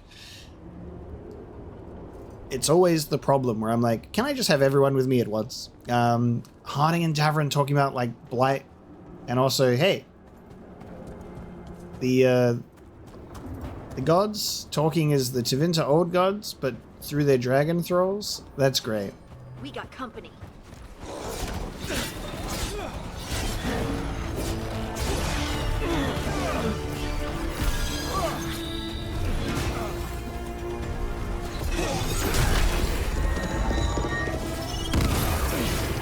I love the stacking detonation of kicking them into someone else still triggers it.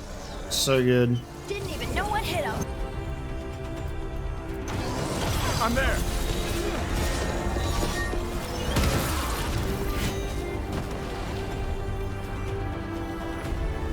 one for us.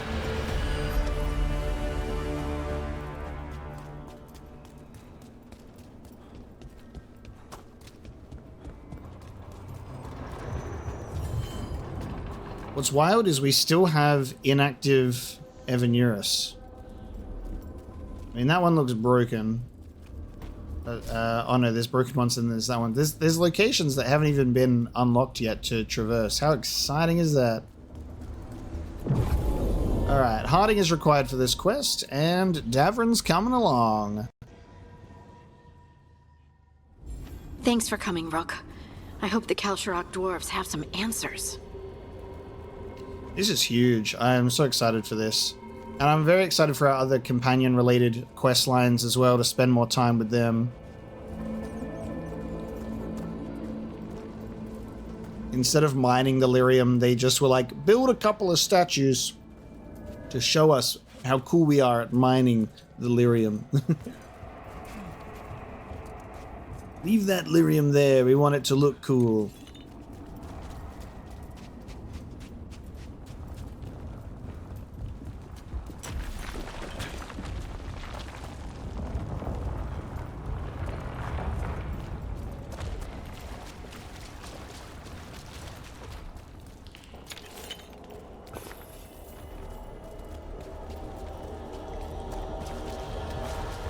I'll never get tired of all the different ways we've been able to go into the deep roads.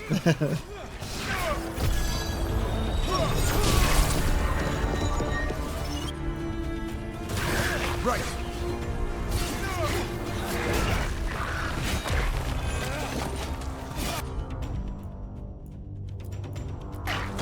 You got it. It's all yours.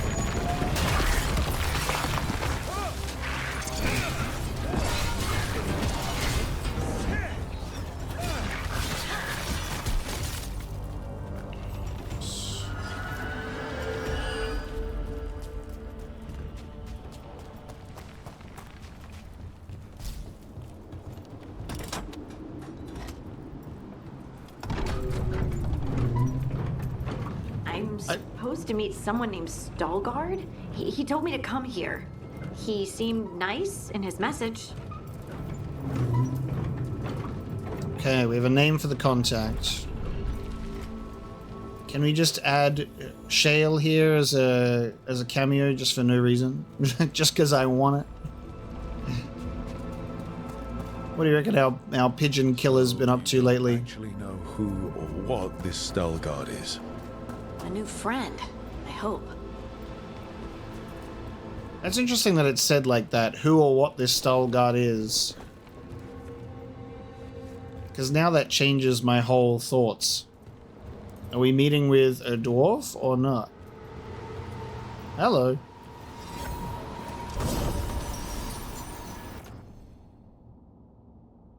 Three deflect maximum stacks, absorb 40% of the damage, and deflect on perfect defense. On griffin wings we glide, through the eternal strikes of our enemies, onward and upward to glory. God, that feels like a Manowar lyric. Alright.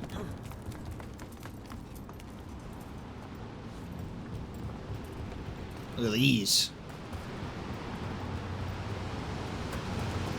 We're supposed to meet Stalgard here. Trouble scouted.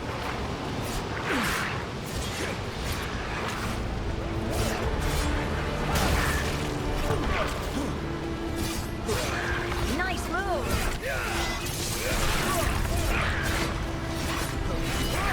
Nice hit, Rook. Nice moves. Nice hit, Rook. Got it. I set him up for you.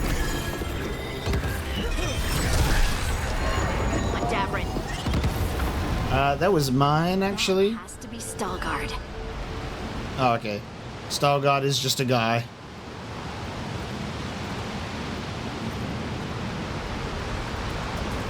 I was like, watch it be something else. You got it.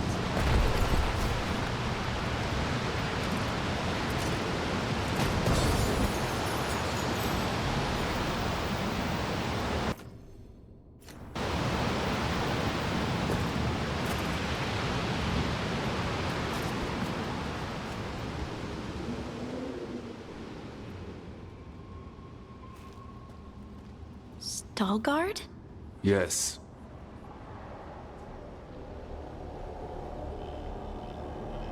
Lace Harding, of the Inquisition.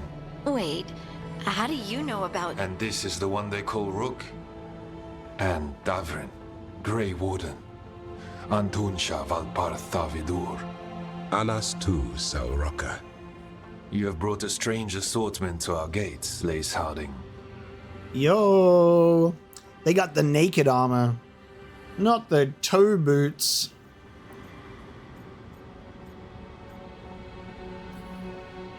Thanks for meeting with us. I really hope you can help Harding. You are gracious in your address. It is not necessary. Tell me what you wish.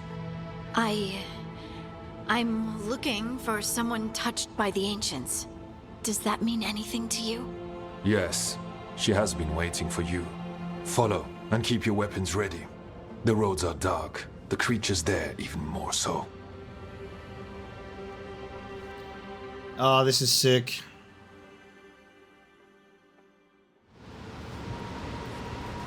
You are staring. What? No. You want to know if you can see the corruption you hear we carry? Sorry. I shouldn't have. Dude, this is nuts. I love this. This is what is really important to me about Dragon Age that I really love is there's certain locations and cultures that when you finally get to visit a place or get exposed to that setting again, it feels like something clicks into place in the right way and you're like, this is an element of Dragon Age I love so much. Is as much as I have always been immediately attached to the elven lore and love more and more of the development we've been getting of that, going to the deep roads is such a core element of Dragon Age 2. We've done that in all of the previous 3 games, and you get to hear and get updates about it through those games as well. So being here again, it's like it just feels cozy. There's an element of familiarity, even though it's brand new, that just feels so right. If we were just in one location, this is like even with Kirkwall, right? In Dragon Age 2, a lot of that game is set in Kirkwall. However, there is these elements in a lot of the story revelations and character interactions and that brief moments where you get to go to these other places. And Dragon Age 2 still works because even though it's primarily focused in Kirkwall, you have the Keeper storyline with Meryl and that storyline with the mirrors going on. You've got the Canary occupation, and they're kind of chilling out in Kirkwall, and that whole thing with the Arashok. So you're getting a lot of Canary development, and they're kind of the best representation of that physicality of the Canary.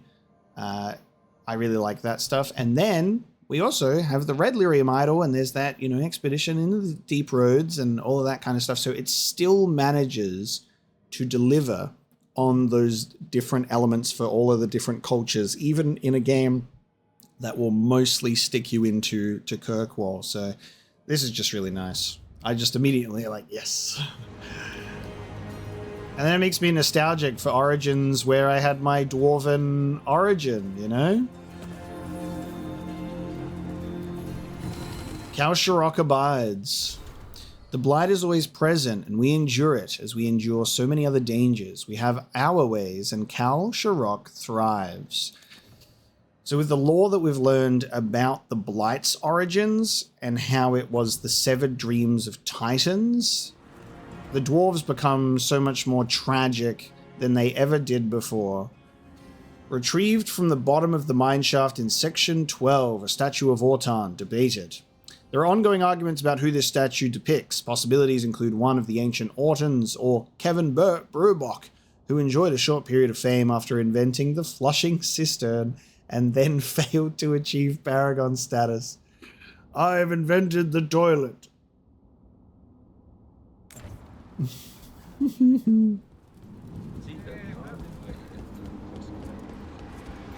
Before I follow you, I will take my look around.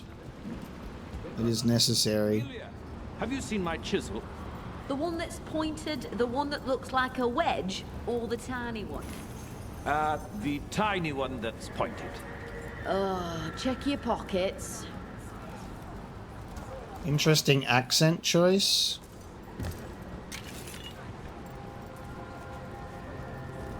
Have you ever spoken to the Oracle?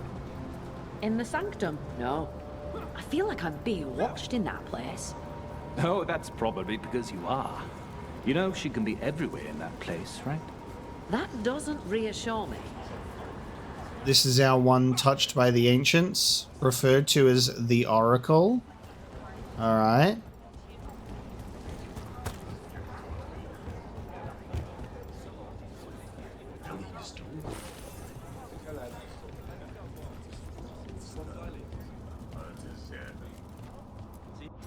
Statue of Egon Wintersbreath, retrieved from level 3, section 4, and restored to original form. Scholars believe this to be a representation of Paragon Egon Wintersbreath.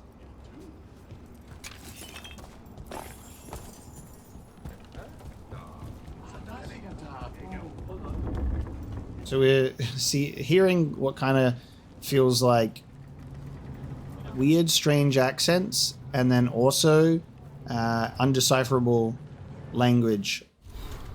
Also, they have masks that are also modeled after faces, including mustaches and beards. That's a chainmail beard. That is a chainmail scalp. Dude, they got chainmail hairstyles. That's great. Look at this guy. Incredible. Hang on. Let me hide the... There we go. Look at that guy. Hang on, what's... the square button. Okay, give me that. Incredible. Can I take a picture of you, please? I'm a tourist. A person will do almost anything to survive. That is what my people did. Become like the Darkspawn, or be destroyed by them. Not much of a choice.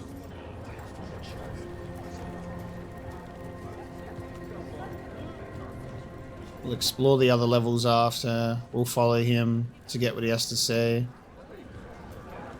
I see red lyrium.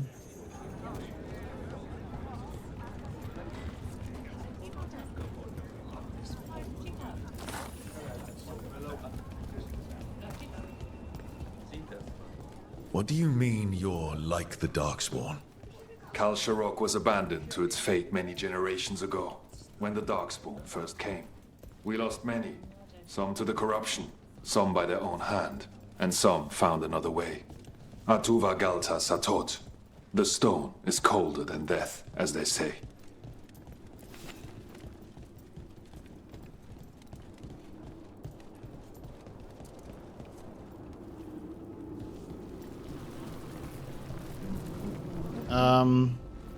Darkspawn.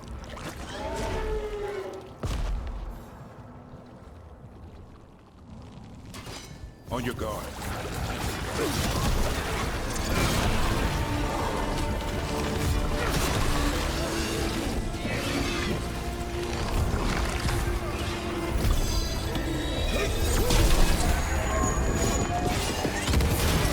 Way to fight, Rook!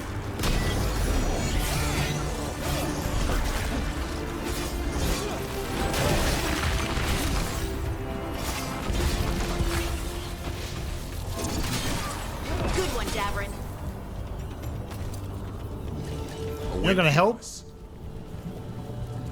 Damn. Stalgard was like, you got this. I'll watch.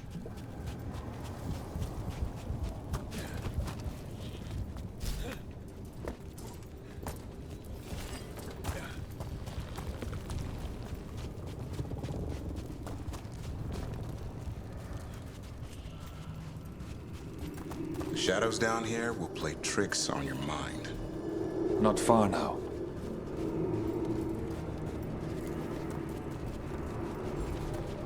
Dude, what if the Oracle... I'm like, what if the Oracle's a brood mother? I'm like, now I'm just like seeing all this blight, and if they're being like Darkspawn... like, what if it ends up being a brood mother? But no, it wouldn't be, because they wouldn't... It grows too quickly these days, and it feels different. You can feel the blight? Many from Kal-Sharok can, somewhat. Long story. The corruption here has its root elsewhere. Destroy it, and this growth will become vulnerable. Destroy the source of the blight growths? We can do that. I will stay on guard here. That's what we've been doing, destroying blight growths for a living. Yeah, considering their aversion towards the Darkspawn, you know, even though they became like them, I don't think we're about to go and hang out with the Broodmother. Like, yeah, the Oracle. It's like this, the speaking Broodmother from Awakening. Heard ya. Hey guys, remember Dragon Age Origins Awakening? Remember when the Darkspawn could speak for a brief time? Remember the Architect? Remember how crazy that was? How wild that doesn't really get talked about anymore.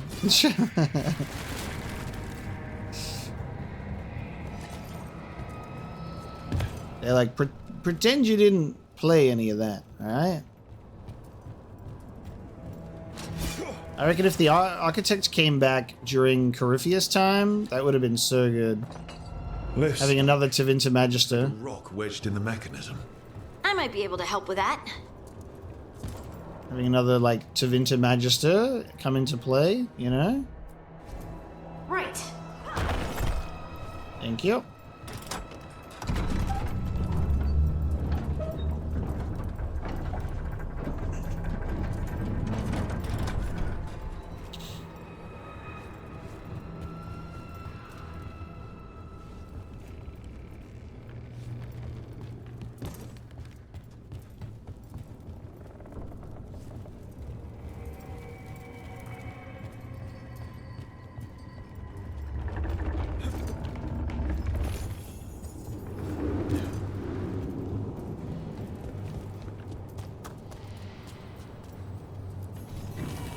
Paragon Matez, the champion, Salak, fought alongside his twin, Therese, during the desolation of Kal-Sharok. Therese perished while Matez lived. There is, however, more than one way to die.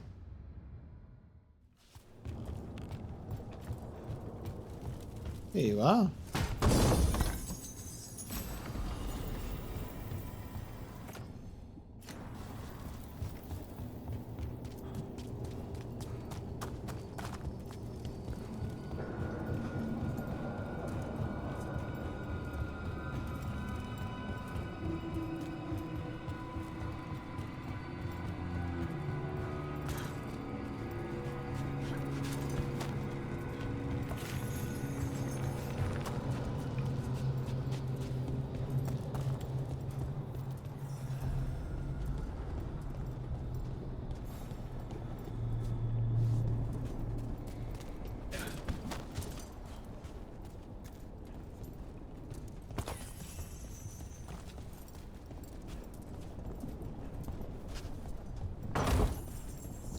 And I wonder what the residents of Orzammar would have to say seeing any of this. That's one hell of a fireplace. I bet it's this way. Harding's such a good scout, pointing out the obvious. Bless her heart.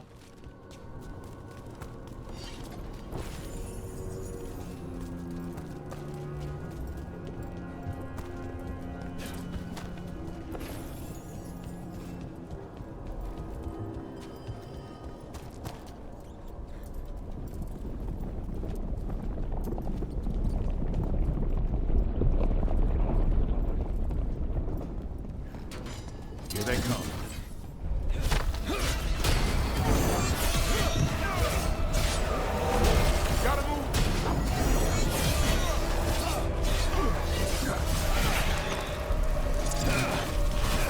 Excellent form, Rook.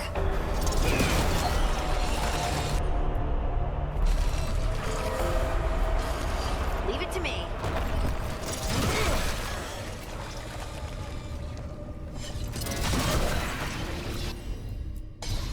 Got it.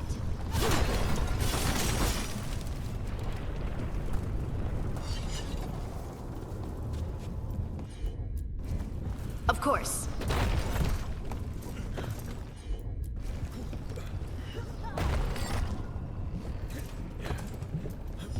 does it feel like there's someone watching us?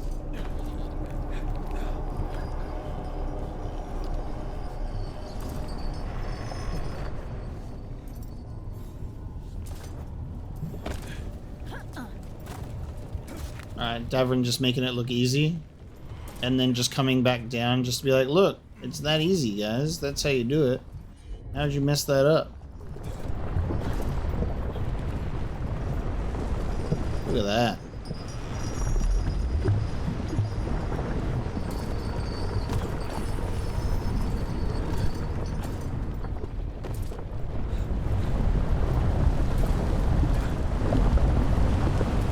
I'm in the mines of Moria right now.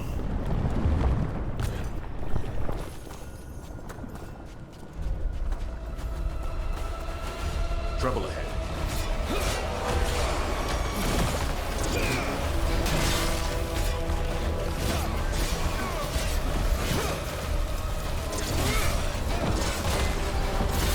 Great hit, Rook.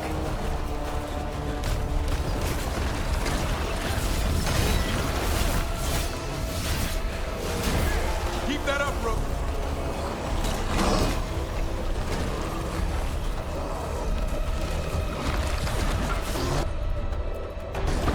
That one. There you go. Take them out.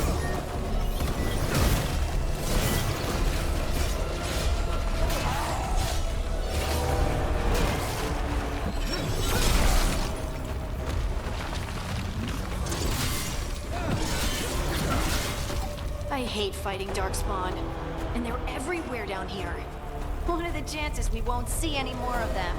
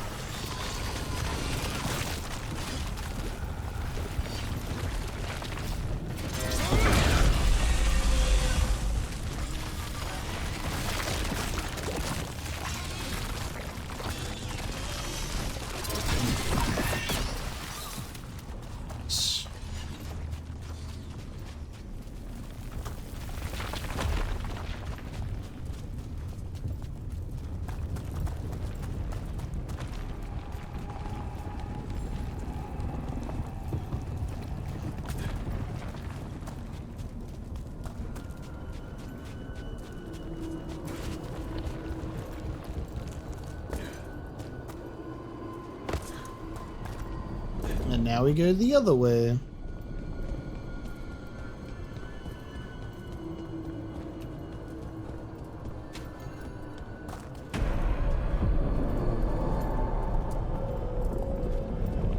Wait, did anyone else see that? I thought I saw someone. Someone? Down here? Maybe it was just a shadow. Did I miss seeing someone? Because I did not.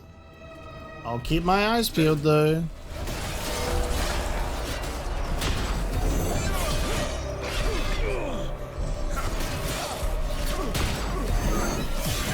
Not bad, Rook, for a Mord watch. What's that supposed to mean?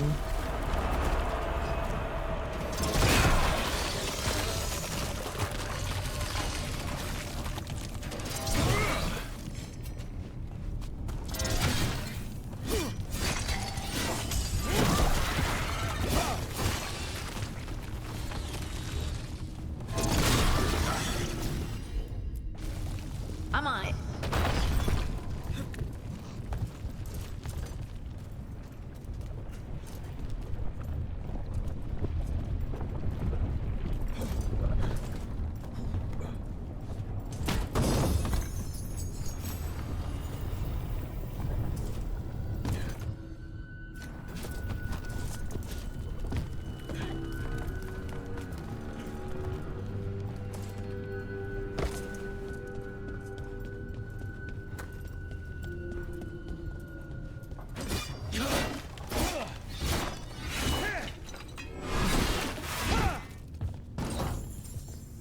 I think that's where you're also seeing the zero physical damage in action come in on like Mythal's sword. It doesn't even destroy crates.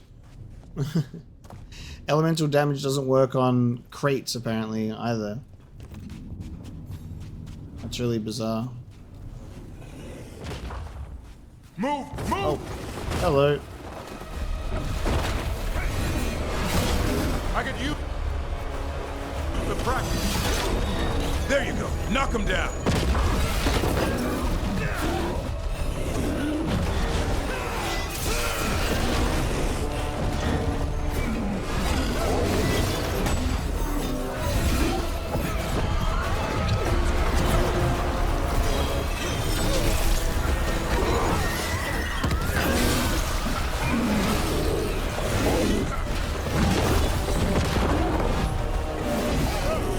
Let's destroy this blight and get out of here.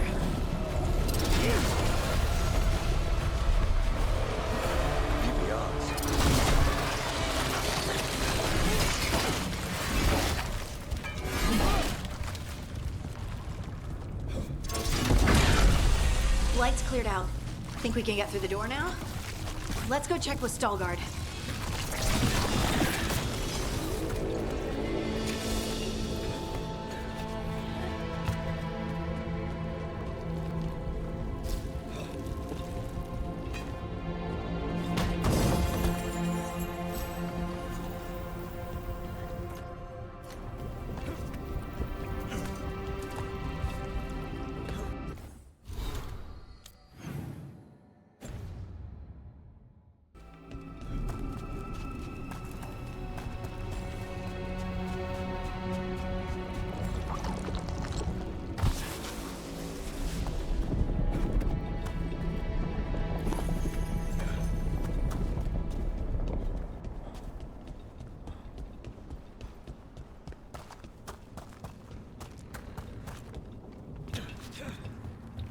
Looks nice and lit up to me.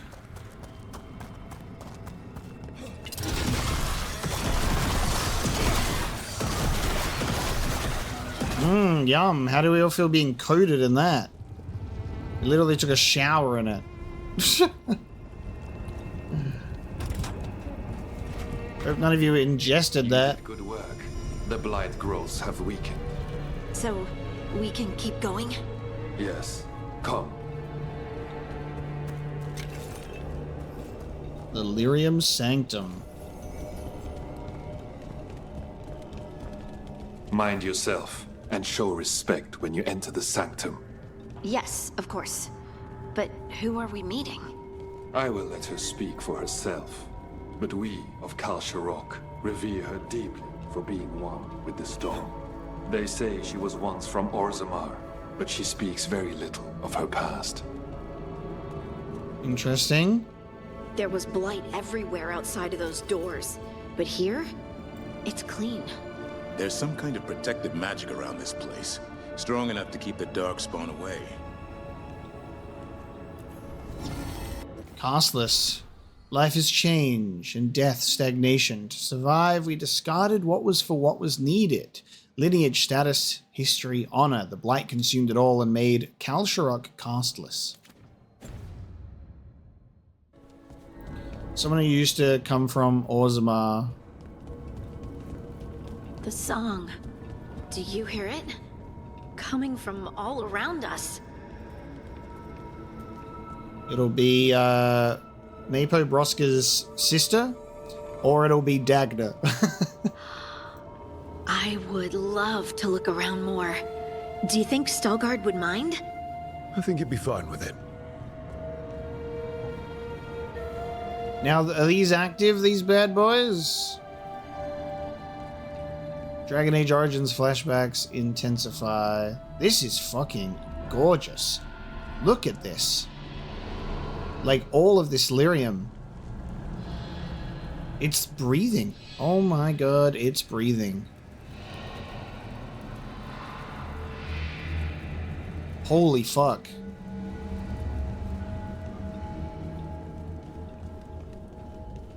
The way that it's pulsating. Wow. This is fucking incredible. This much lyrium, enough to keep the darkspawn away. A lyrium a day, keep the darkspawn away. Foreman's log, second excerpt, sorry. She told them about the site and called it Haldavaskar. The Deshers figured she was talking about the mine at Valdecine's Hollow from ancient times, lost in the Second Blight, they said. Listen, and I will show you how, she replied. Then she went silent for 8 days, and all of them went home but one. Haldavaskar, the place that awaits.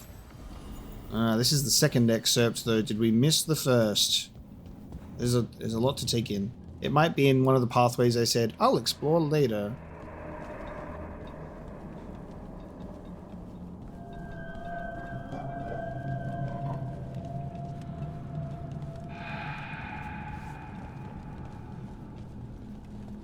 Just like, can we just take a moment just to be like, holy shit.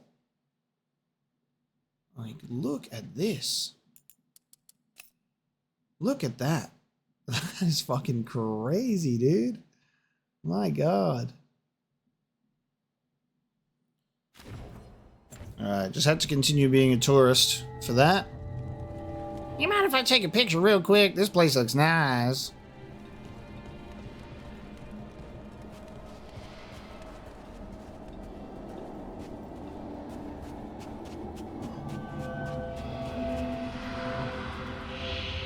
Hearing the lyrium's song, dude.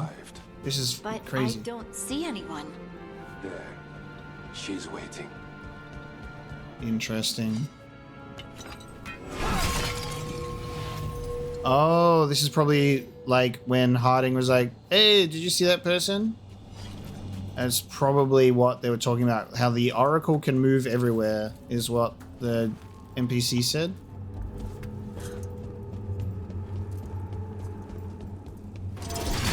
The fact that there's multiple ultimate build-up jars, though, as well as health things, doesn't make me feel too safe. Oh, wow. Is it gonna be the statue that talks? No way. Is this a Wizard of Oz situation? Where are you? You underneath there? Pay no attention to the dwarf behind the curtain.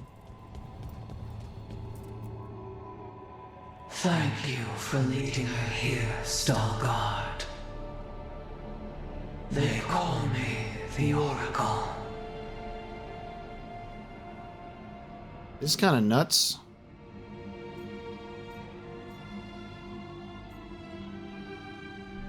Yeah, I'll be stunned.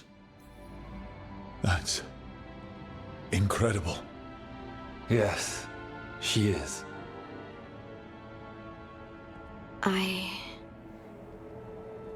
I know you. Don't I?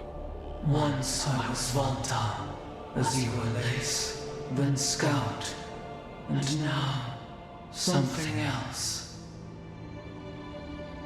All this. Is this what I am?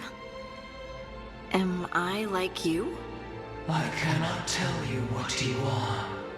Look within and remember. Remember when the Earth was alive and the Titans walked the land. In one voice they sang a chorus of creation and of connection. Isatuno. The song. When the Titans fell, we awoke, but the melody was already lost. The dwarves. We were always just shattered fragments of a greater whole. The stone sense. My magic. It's Titan magic. But why? Why did this happen? Why do I remember Isatuno? What happened to the Titans?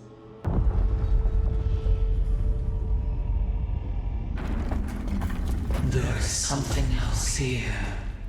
It's found you.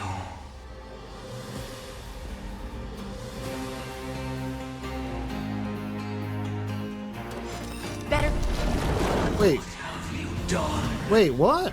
Wrath of the Stone. Didn't do anything. Oh. Okay. Music goes hard. Can we'll just take just a brief moment, just to pause, just to talk about that for a second, because it's really interesting. I think that there might be a little bit of disconnect between the Regrets of the Dreadwolf revelations with the Titans and what Harding knows and has witnessed, and then at this point being like, what happened to the Titans? You know? Obviously, this quest came up later. This quest came up after Regrets of the Dreadwolf, and if I'm able to play Regrets of the Dreadwolf and have those revelations as early as I have, maybe the devs should have time-gated the progress of that quest line specifically to be like, you can't do this until this point, and that would help for a little bit more cohesiveness, I reckon. Probably a good idea to stagger the quest progression on that one.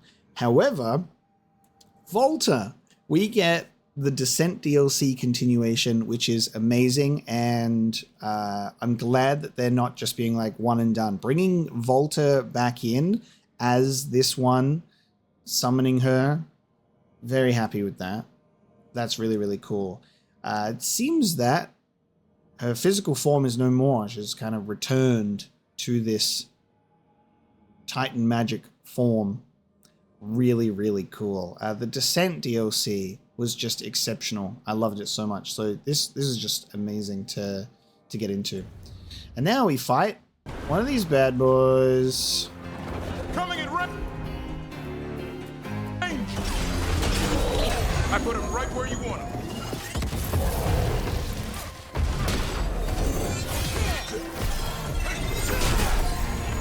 Never seen that in any monster manuals.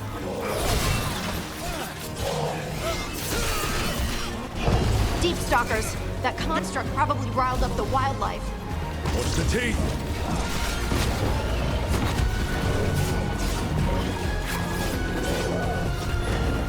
I love that Volta like blames us. She's like, what have you done?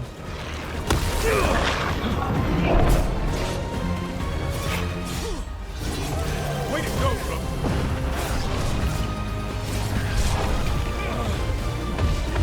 Don't just stand there.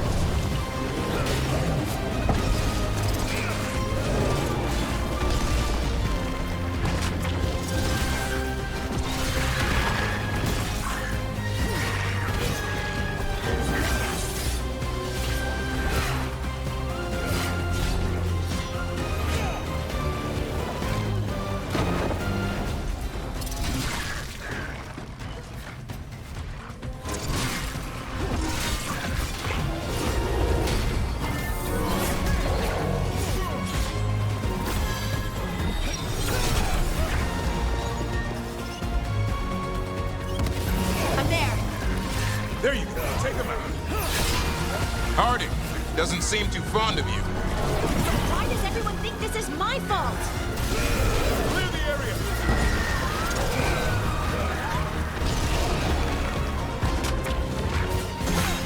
More of that, Brooke.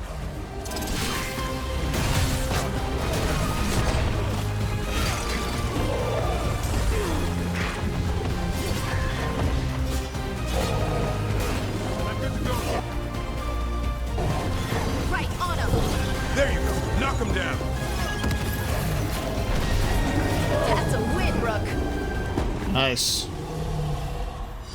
We're clear. Well, you know, hi, Dragon. So you'll have to try again next time.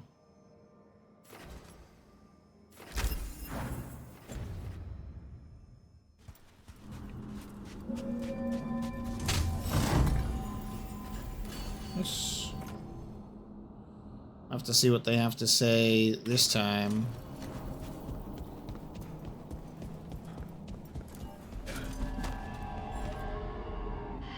Everyone alive?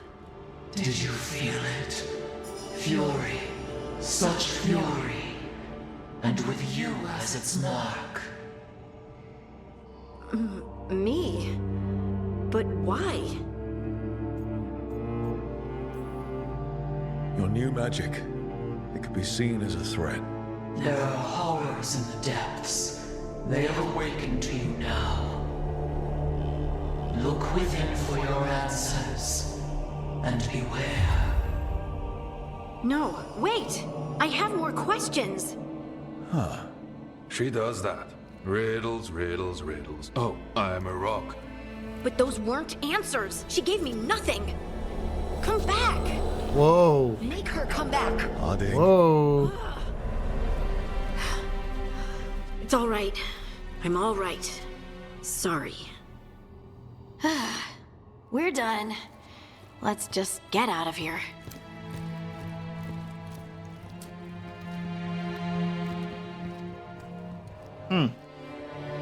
Stalngard's attitude there felt really strange to me. Oh, hey. Just weird. Stalgard, like, going with this whole, like, you know, stern greeting and taking us through this and explaining stuff, then, you know, having a sort of reverence for this oracle, and then the oracle hangs up the phone call, just literally hang up, and then starts bad-mouthing. Oh yeah, it does that, blah, blah, blah. Riddle, riddle, riddle, I'm a rock. Like, interesting. So the fact that Volta as this oracle can kind of be everywhere.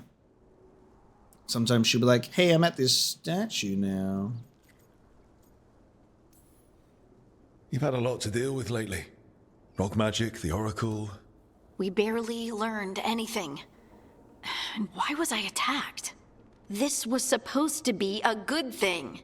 One small hurdle doesn't erase what's good about this. I just wish I knew what to do.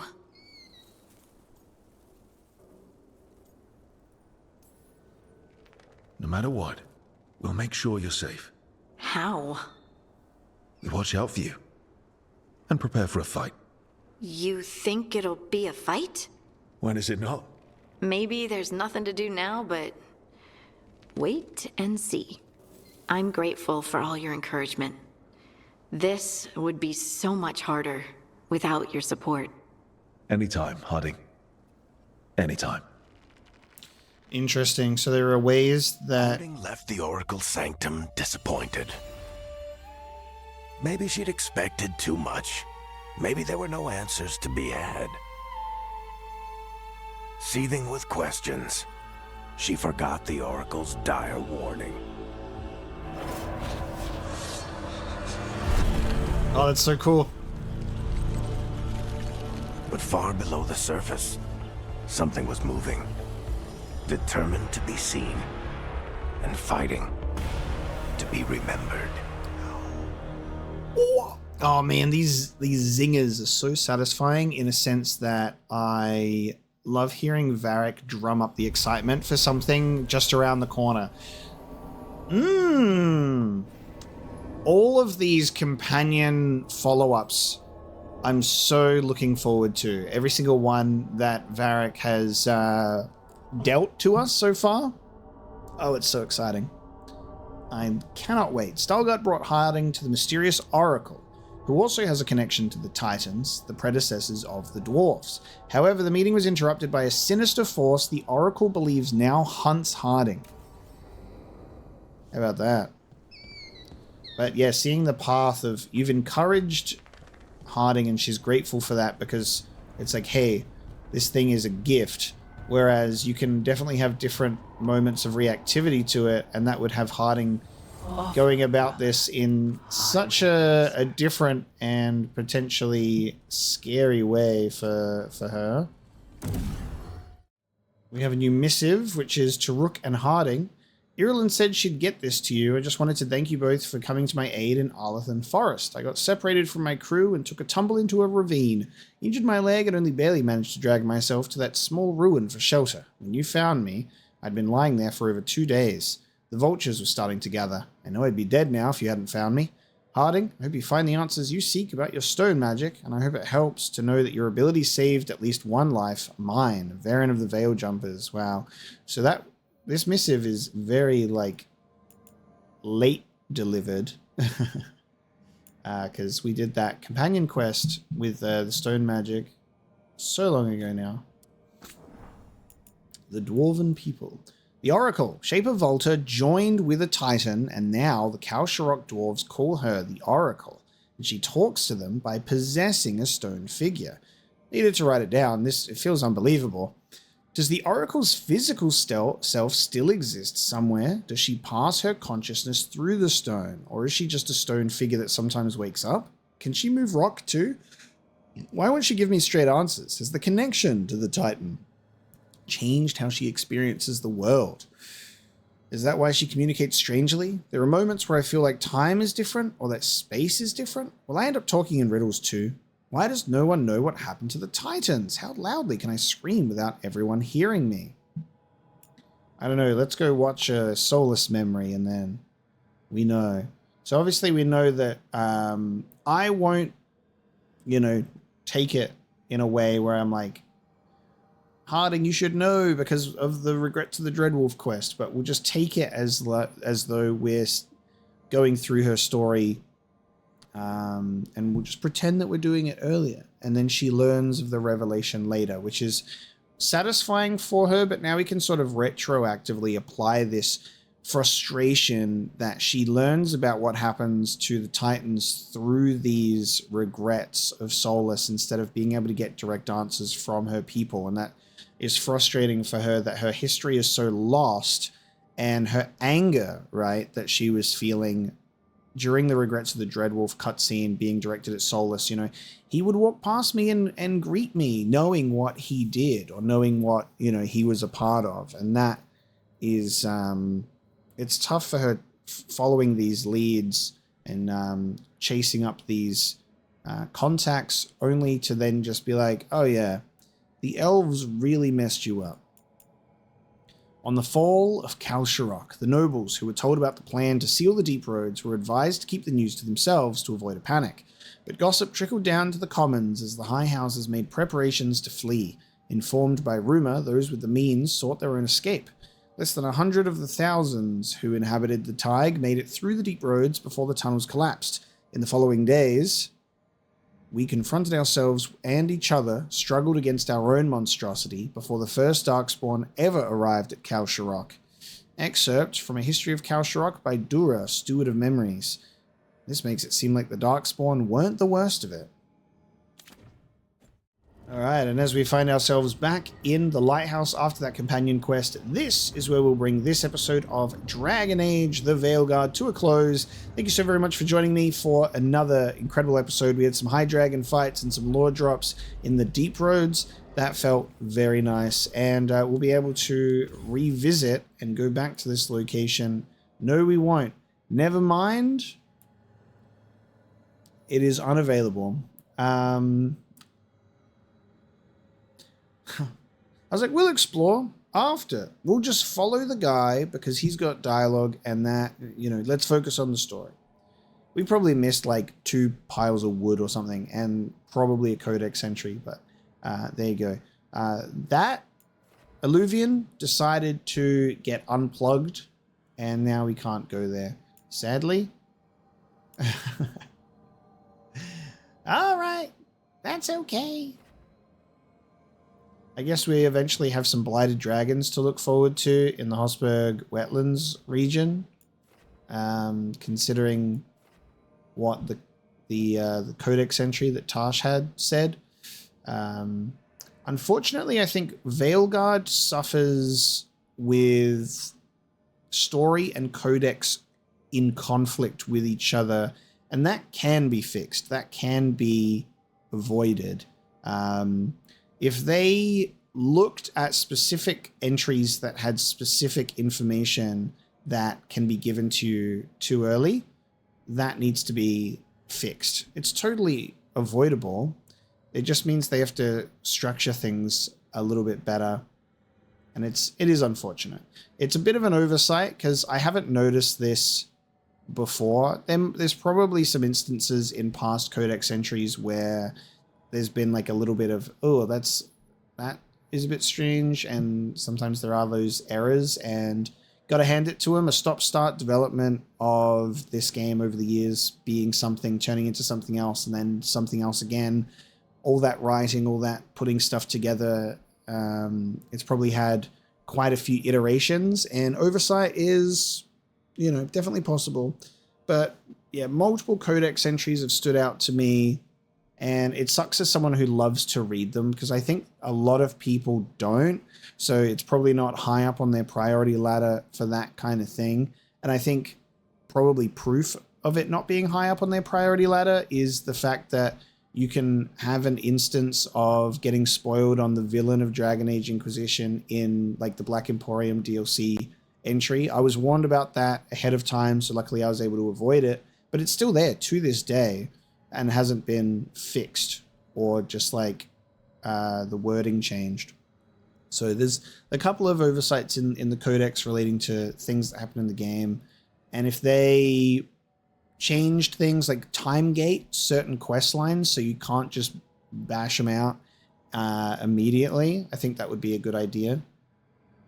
Be like, you can't go into this area until you've at least met these story requirements, you know? Like, you can't experience the Regret for the Dreadwolf cutscene that's about the Titans until you've at least taken Harding to the Deep Roads. Have that be a trigger that it will then open up an area in the Crossroads after you've gone here, and then you can get that wolf statuette.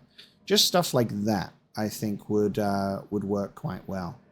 But just a little rant on some codex conflictions there to end the episode. But I will say, despite that, having a real fun time taking on some high-level enemies and progressing through the story, because yeah, these companion storylines are really fun to pursue. Going into the Deep Roads just felt super comforting, and it was gorgeous too. So looking forward to see what's waiting for us around the corner. Thank you so much for joining me today, and I will see you next time.